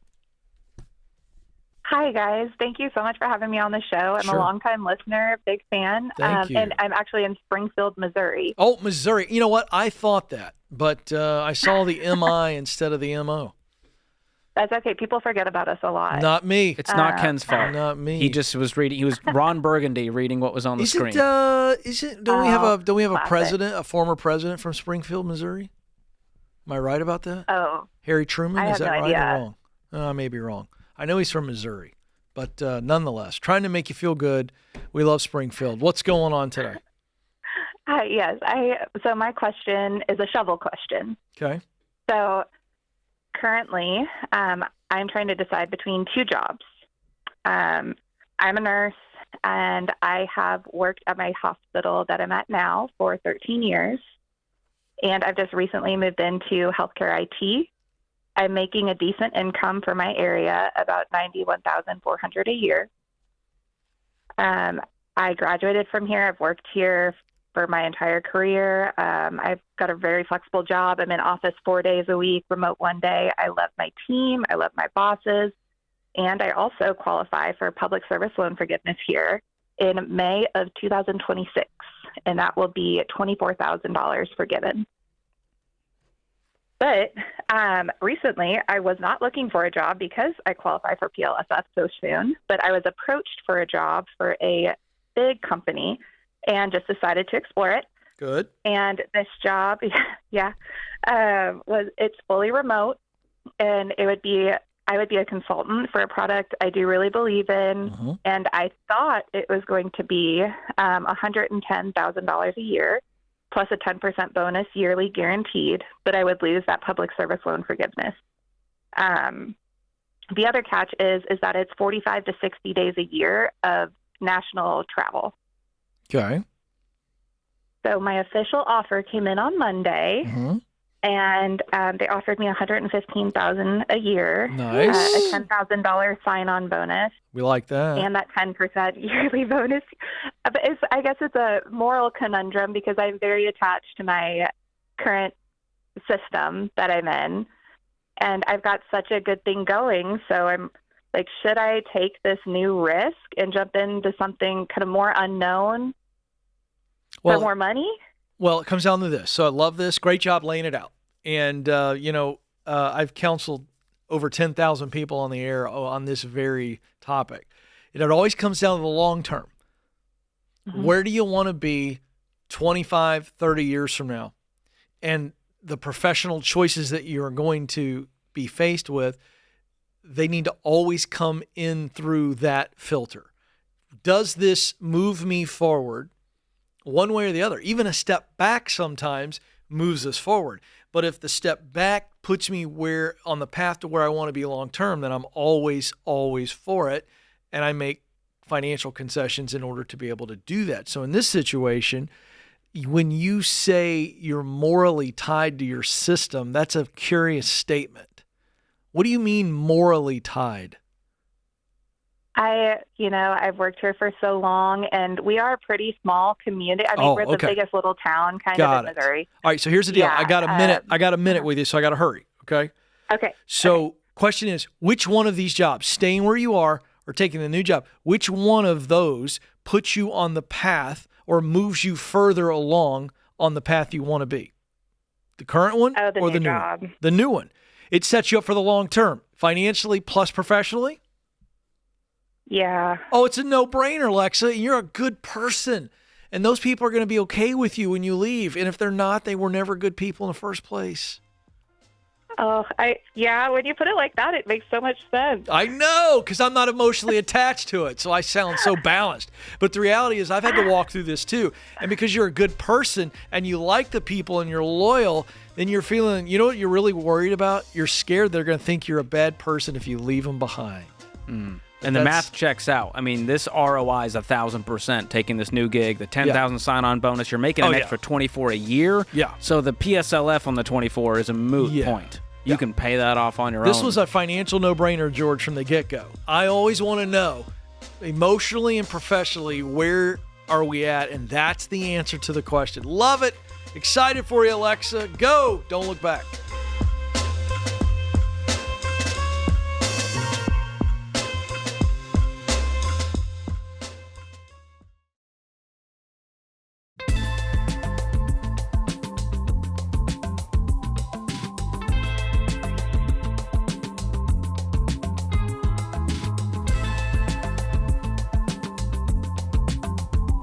All right, we get a lot of great questions from our audience, George, and here are some top questions people have about online wills. Number one, how do I know if I need a trust or if my estate is too complicated for an online will? Ooh, a good baseline. If your estate is worth less than $1 million, getting a will online, probably the right option for you. All right. Number 2, what do I need to start my will online? Well, you got to think it through a few questions here. Who do you want to get your stuff? That's a big one. Who do you want to take care of your minor children? And then who do you want to make decisions for you if you're incapacitated? So there's a lot that goes into a will, online or not. You got to think through those things. Good stuff. Number 3, is an online will legally valid? These people are a little worried about the old online business. They go, well, it's online. It's got to be done in a lawyer's office. That's right. No, not just any online will you find on the internet's legally valid. Your online will needs to match the laws of your state. So you got to have a state-specific will. And then a follow-up to that, why would I want an online will versus a traditional one made with a lawyer? If you're like me, a millennial, you want it to be less expensive, more convenient, and take less time to set up than a traditional will with a lawyer. There you go. It's that simple. I love That's the way I did it. You're trying to save a buck or two, George. Yeah. Go to RamseySolutions.com/wills quiz to find out if an online will is right for you. And I feel like I got to tell the audience this, and I think you'll be okay with this, George. But, George is very calm. He's a very calm person. It's rare that you see him flummoxed. And your broccoli got steamed today. Yeah, and I'm not really a steamed broccoli guy. And, more of a roasted. And when the show is over, boy, somebody's going to catch your wrath. That's all I'm going to say. There's somebody attempting to rip George off. Might catch a stray today if you catch me on the wrong side. To the tune of $149, and you would think this guy got ripped off for $14,900. It's this the is principle. How upset he is. It's the principle. Whew! So I'm proud of you. You're really holding it together because I know how angry you are. Well, I'm a consumer advocate, and you got to advocate for yourself first. And so nobody rips old Georgie boy off. So sir. I'll keep you guys posted. Caller beware. He is steaming underneath that natty little coat there. He's looking Sweating. good. Yeah, he is hot to trot. Kevin is up in Minneapolis. Kevin, how can we help? Hi, how you doing? We're having a blast, Kevin. What's going on with you? Well, good. Well, I've got kind of a funny situation here. We really have it pretty decent financially. We're going to be, my wife and I are 65 years old. We're going to be retiring in the next month, and we make about $150,000 a year. We've got an employee compensation of about $120,000. That's tax-free. It's taxable when we take it out. Our Social Security should be about $4,500 a month. I got about a $1,500 a month pension. We owe about $160,000 on our house. It's worth about $430,000 now. My uncle recently passed away, and we are set to inherit between $500,000 and $700,000. Whoa! Here's the problem that I have. We attended Dave's Financial Peace University through our church, and we loved it. We absolutely loved it. We don't owe anybody any money except for our house. And Dave says that if you don't know about investing, he said, don't do it. I'm wondering where do we put this money? Because I don't know anything about the stock market. I don't know anything about financing to that level, and I just don't want to. I want to do what God wants me to do. I want to be careful. Sure. Let me speak on behalf of Dave here. When you heard him say that, the spirit of what he was saying is no one should ever invest a nickel into anything if they don't understand what they're investing into. So he's not saying because Kevin doesn't know anything about investing, he should go bury the $500,000 in his backyard in coffee cans. I don't want to do that. I know, but I just want to make sure you understand. So we teach an investing plan. I'll let George walk you through it. I can tell you that you're going to need to go to RamseySolutions.com when this call is over and click on the Smart Investor Pro tab. And you need to go interview. I recommend 2 to 3 at a minimum. And these are professionals that we have vetted. They will teach you. And what Dave wants you to do in those situations is you find somebody that explains your situation well, explains what the investment strategy is that we agree with, and then you understand it to the point and you go, oh, I understand this completely. This makes total sense. and you like them, and then you choose to go with them. And so that's what you need to do. But George, explain the overall investing strategy here, and then I know you got a plan for what they need to do with this money. Sure. So the one thing we say is just wait. Don't make any big financial decisions on day one. Just park that money in a high-yield savings account. Is it going to come to you just all in cash? Yes. Okay, it's not like real estate that you have to sell or anything like that. No. Okay, No. great. It's going to be straight cash. Okay. He had 10 nieces and nephews, and he split his inheritance up. And Wow. I think we're going to get between $500,000 and $700,000. Yeah, that's quite the legacy. Would be our portion. So I would that? wait and breathe and get a good dream team in your corner. And like Ken mentioned, an investment advisor is one of them. I'd get a good tax CPA in your corner as well to help you understand tax implications of all of this. And then I would be focused on knocking out that mortgage. That's only going to allow you guys to retire with even more breathing room, right? What's that payment every month?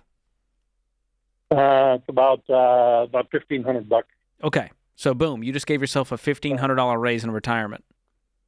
Well, yeah, I understand. I understand what I want to do, but we are planning to move out of the state when we retire. We want to be close by our grandkids, so we're moving to Sioux Falls, South Dakota. Okay. So that's the quandary that we're in. Well, if you pay off your house, it's not like the money disappears. You're going to get it in the net sale of the house, and in the meantime, you freed up $1,500. Yeah. So that's still not a bad move to give you guys some peace as you move, and then you can, get your next house in cash. Is that the plan? Yes. Okay. I don't want any mortgage. I love it. I want to pay everything. How off old are cash. you guys? We're 65. Okay, so let's just play this out. You pay off the mortgage, that's $160, right? And you buy your next house in cash. Let's say there's $500,000 sitting there left over. You can do what you want with, right? Mm-hmm. And you don't need it for your actual income right now. So let's say you could just invest it into the stock market. If you invested in some good growth stock mutual funds, an index fund, and you let it ride from 65 to 72, that $500,000 would double in those 7 years with the historic rate of return we've seen in the market. Oh, I'd love that. That's if you did nothing. This is not like you're not playing stocks, you're not day trading. This is in like an S&P 500 index fund. It just tracks the top 500 companies in the market. You buy, $500,000 worth of shares.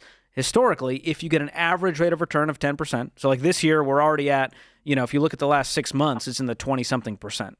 Year to date, probably closer to 15 or 16%.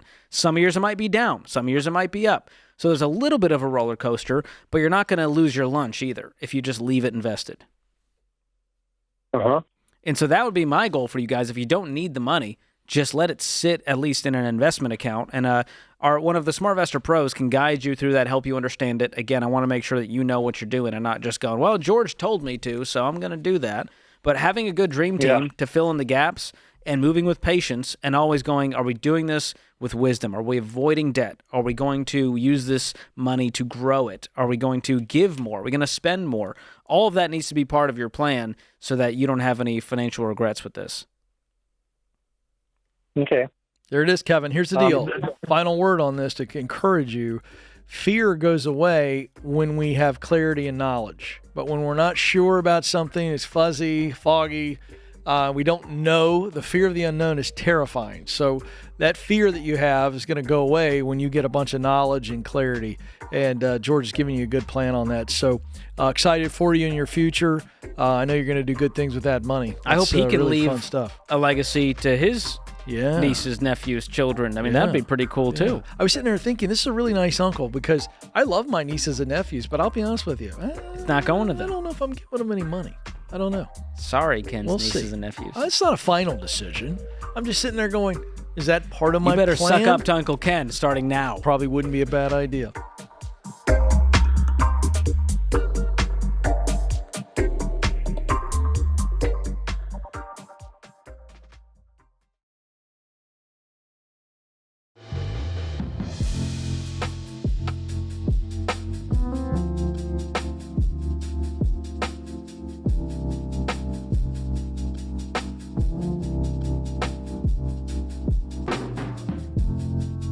Our scripture of the day, Galatians 5:22 and 23. The fruit of the Spirit is love, joy, peace, patience, kindness, goodness, faithfulness, gentleness, and self-control. Our quote of the day from Theodore Roosevelt: there is only one quality worse than hardness of heart, and that is softness of head. Just let that sit there. I'm not sure. I love Teddy. And normally I think when he says softness of head, that means somebody who's not the brightest? Yeah. Because if you call someone hard-headed, that means that's like they're stubborn. So I think he means stubborn is a strength, and if you're not. By the way, callback for you trivia lovers. To the astute listeners out there. Yeah, we had a call earlier. I forget the lady's name. She was from Springfield, Missouri. And I said, I think President Truman might have been from Springfield, but I wasn't sure. And I was right both times. I fact-checked him. He Only is from U.S. Missouri. president, born in Missouri. Yeah, but not from Springfield. And I bailed myself out by saying I'm not sure. Lamar, Missouri. There you go. Do you know what quote Harry Truman is most famous for? Couldn't tell you for $1 million. I bet you know it because you can finish it. If you can't stand the heat, get out of the kitchen. Harry Truman, ladies and gentlemen. It doesn't feel like a Truman quote, to be honest. It feels like a movie quote. Well, see, because it's that good. And I'm trying to smarten up the younger generations that have not been taught well in class, because this is clearly a generational thing. Well, they don't know their way around a kitchen, so clearly they couldn't stand the heat. There is that, too. They're door dashing everything. Yeah. Jake is up in Boise, Idaho. Is it Boise or Boise? Boise. That's what no I Z thought. Sound. Yeah, I used to do the Z, and now I went to the C. Boise. All right, very We nailed good. it. How can we help? Okay, so we're living a 1945 farmhouse. It's 2-bedroom, 1 bath. We do have a bonus room, but for some reason it's not counted as a room. We have 5 children. We're kind of out of room, so we were looking to sell, buy something bigger. It ain't moving. It isn't moving. So we were thinking about doing a construction loan and building, a modest 2,000 square foot house. We didn't know how smart it would be to do that. Well, can you do that if you don't sell the current house? I think it'd be really tough. Do you guys have any debt right now? No, yes, we do. The only debt we have is a camp trailer. Okay, We and own our house. the land we is own paid all our off, other everything? vehicles. Okay. Land is paid off, yep. Good. And how much do you have in savings? I think we have 1,100 in high yield, so pretty much nothing. What about the camper? Is it worth anything? About 16. What do you owe on it? About 16. Oh, I think it books at almost 20, but it's scraped up on the side a little bit. Well, you got to get rid of that. It doesn't hurt nothing. You got to get rid of that because that thing is only devaluing, and you need to get that out of your life. That'll free up how much a month? Oh, $202. That's real money, I'm guessing. What's your income? 63. Yeah, dude. 63K. George, am I right? We're getting rid of the camper today. Let's sell that. That's one step toward this, but the problem is if you build this thing, you get the construction loan, you convert it to a traditional loan, I'm scared you can't afford it. Oh, no, not with the current house. What are you listing the house for? 570. How many Got square? 13 acres. Okay, but how big of a house is it? I think they say that the livable square footage is 1,100 or 1,200, something like that. Whoever bought it, would they just tear it down and build something else on it or use it for other things?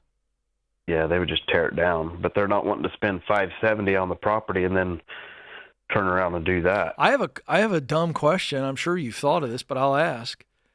Can you expand the current house? Probably could, but we're a little bit leery of it because it was built in 1945, and I don't think the foundation is all that. You just want to start from scratch to be safe? I want to add on to it, but I was advised by a cousin of mine who is a builder, and he said that wouldn't be very smart. Why? You may as well just build a new house and tear it down. Oh. Because he said that you're still in a 1945 farmhouse with a foundation that was poured in 1945. He said, so anytime you go to sell that, they're going to look at that. Have you looked into, and I'm only going through stuff that I would go through if I were you, have you looked into a foundation company to see what the real is, to get under there and take a look and go, okay, what kind of shape is it in? And then what would it take to get it up to par? Yeah, I actually thought about, because I used to work in excavation, I thought about just getting an excavator and digging around. But they're 7-foot tall walls because it's a basement. That's not my recommendation. My recommendation was getting somebody out there who's a specialist in this, and let's get a real picture of what we're dealing with. Because here's my point. I was just going to dig around it and then have them look at it. Oh, okay, gotcha. Well, you don't have any money to go buy it. Money. Oh, I see. Yeah, the issue is, as it stands currently, with basically no payments, we can't put away $1. And so I'm real nervous to get into this project, only to realize you can't afford it and afford the ongoing payments that come along with that. It's going to sink you guys. Yeah. Yeah, I kind of already knew that. So the question mark is income. Can we get the income up to be able to save where I am until we grow. What would it cost to rent in your area? Oh, something like this is not even heard of, and we farm, so. Is the farm producing income? Yeah.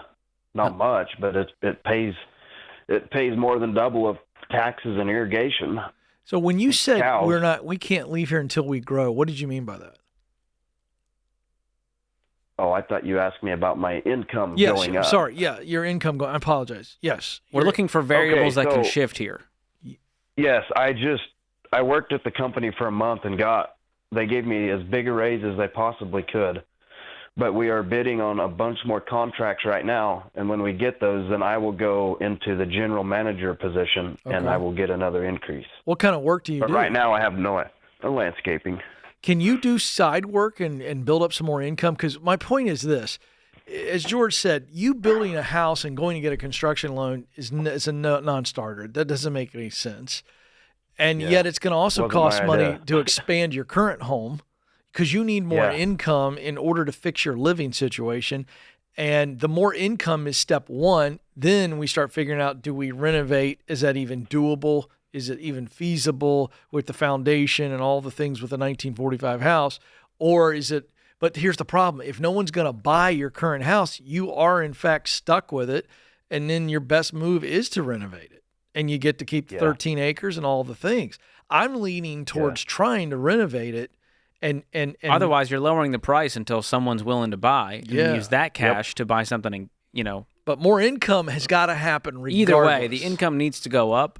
But the question mark is, do we keep it and try to do something with it, or just keep lowering the price until we sell it? Are you working with a good real estate pro on this? Yeah. What are their He's the one that thoughts? actually sold me this house and helped me sell my first house. Why do they think it's not moving? He doesn't know. He said it's kind of blowing his mind. I think it's high, personally. I do too. There's no comps out here.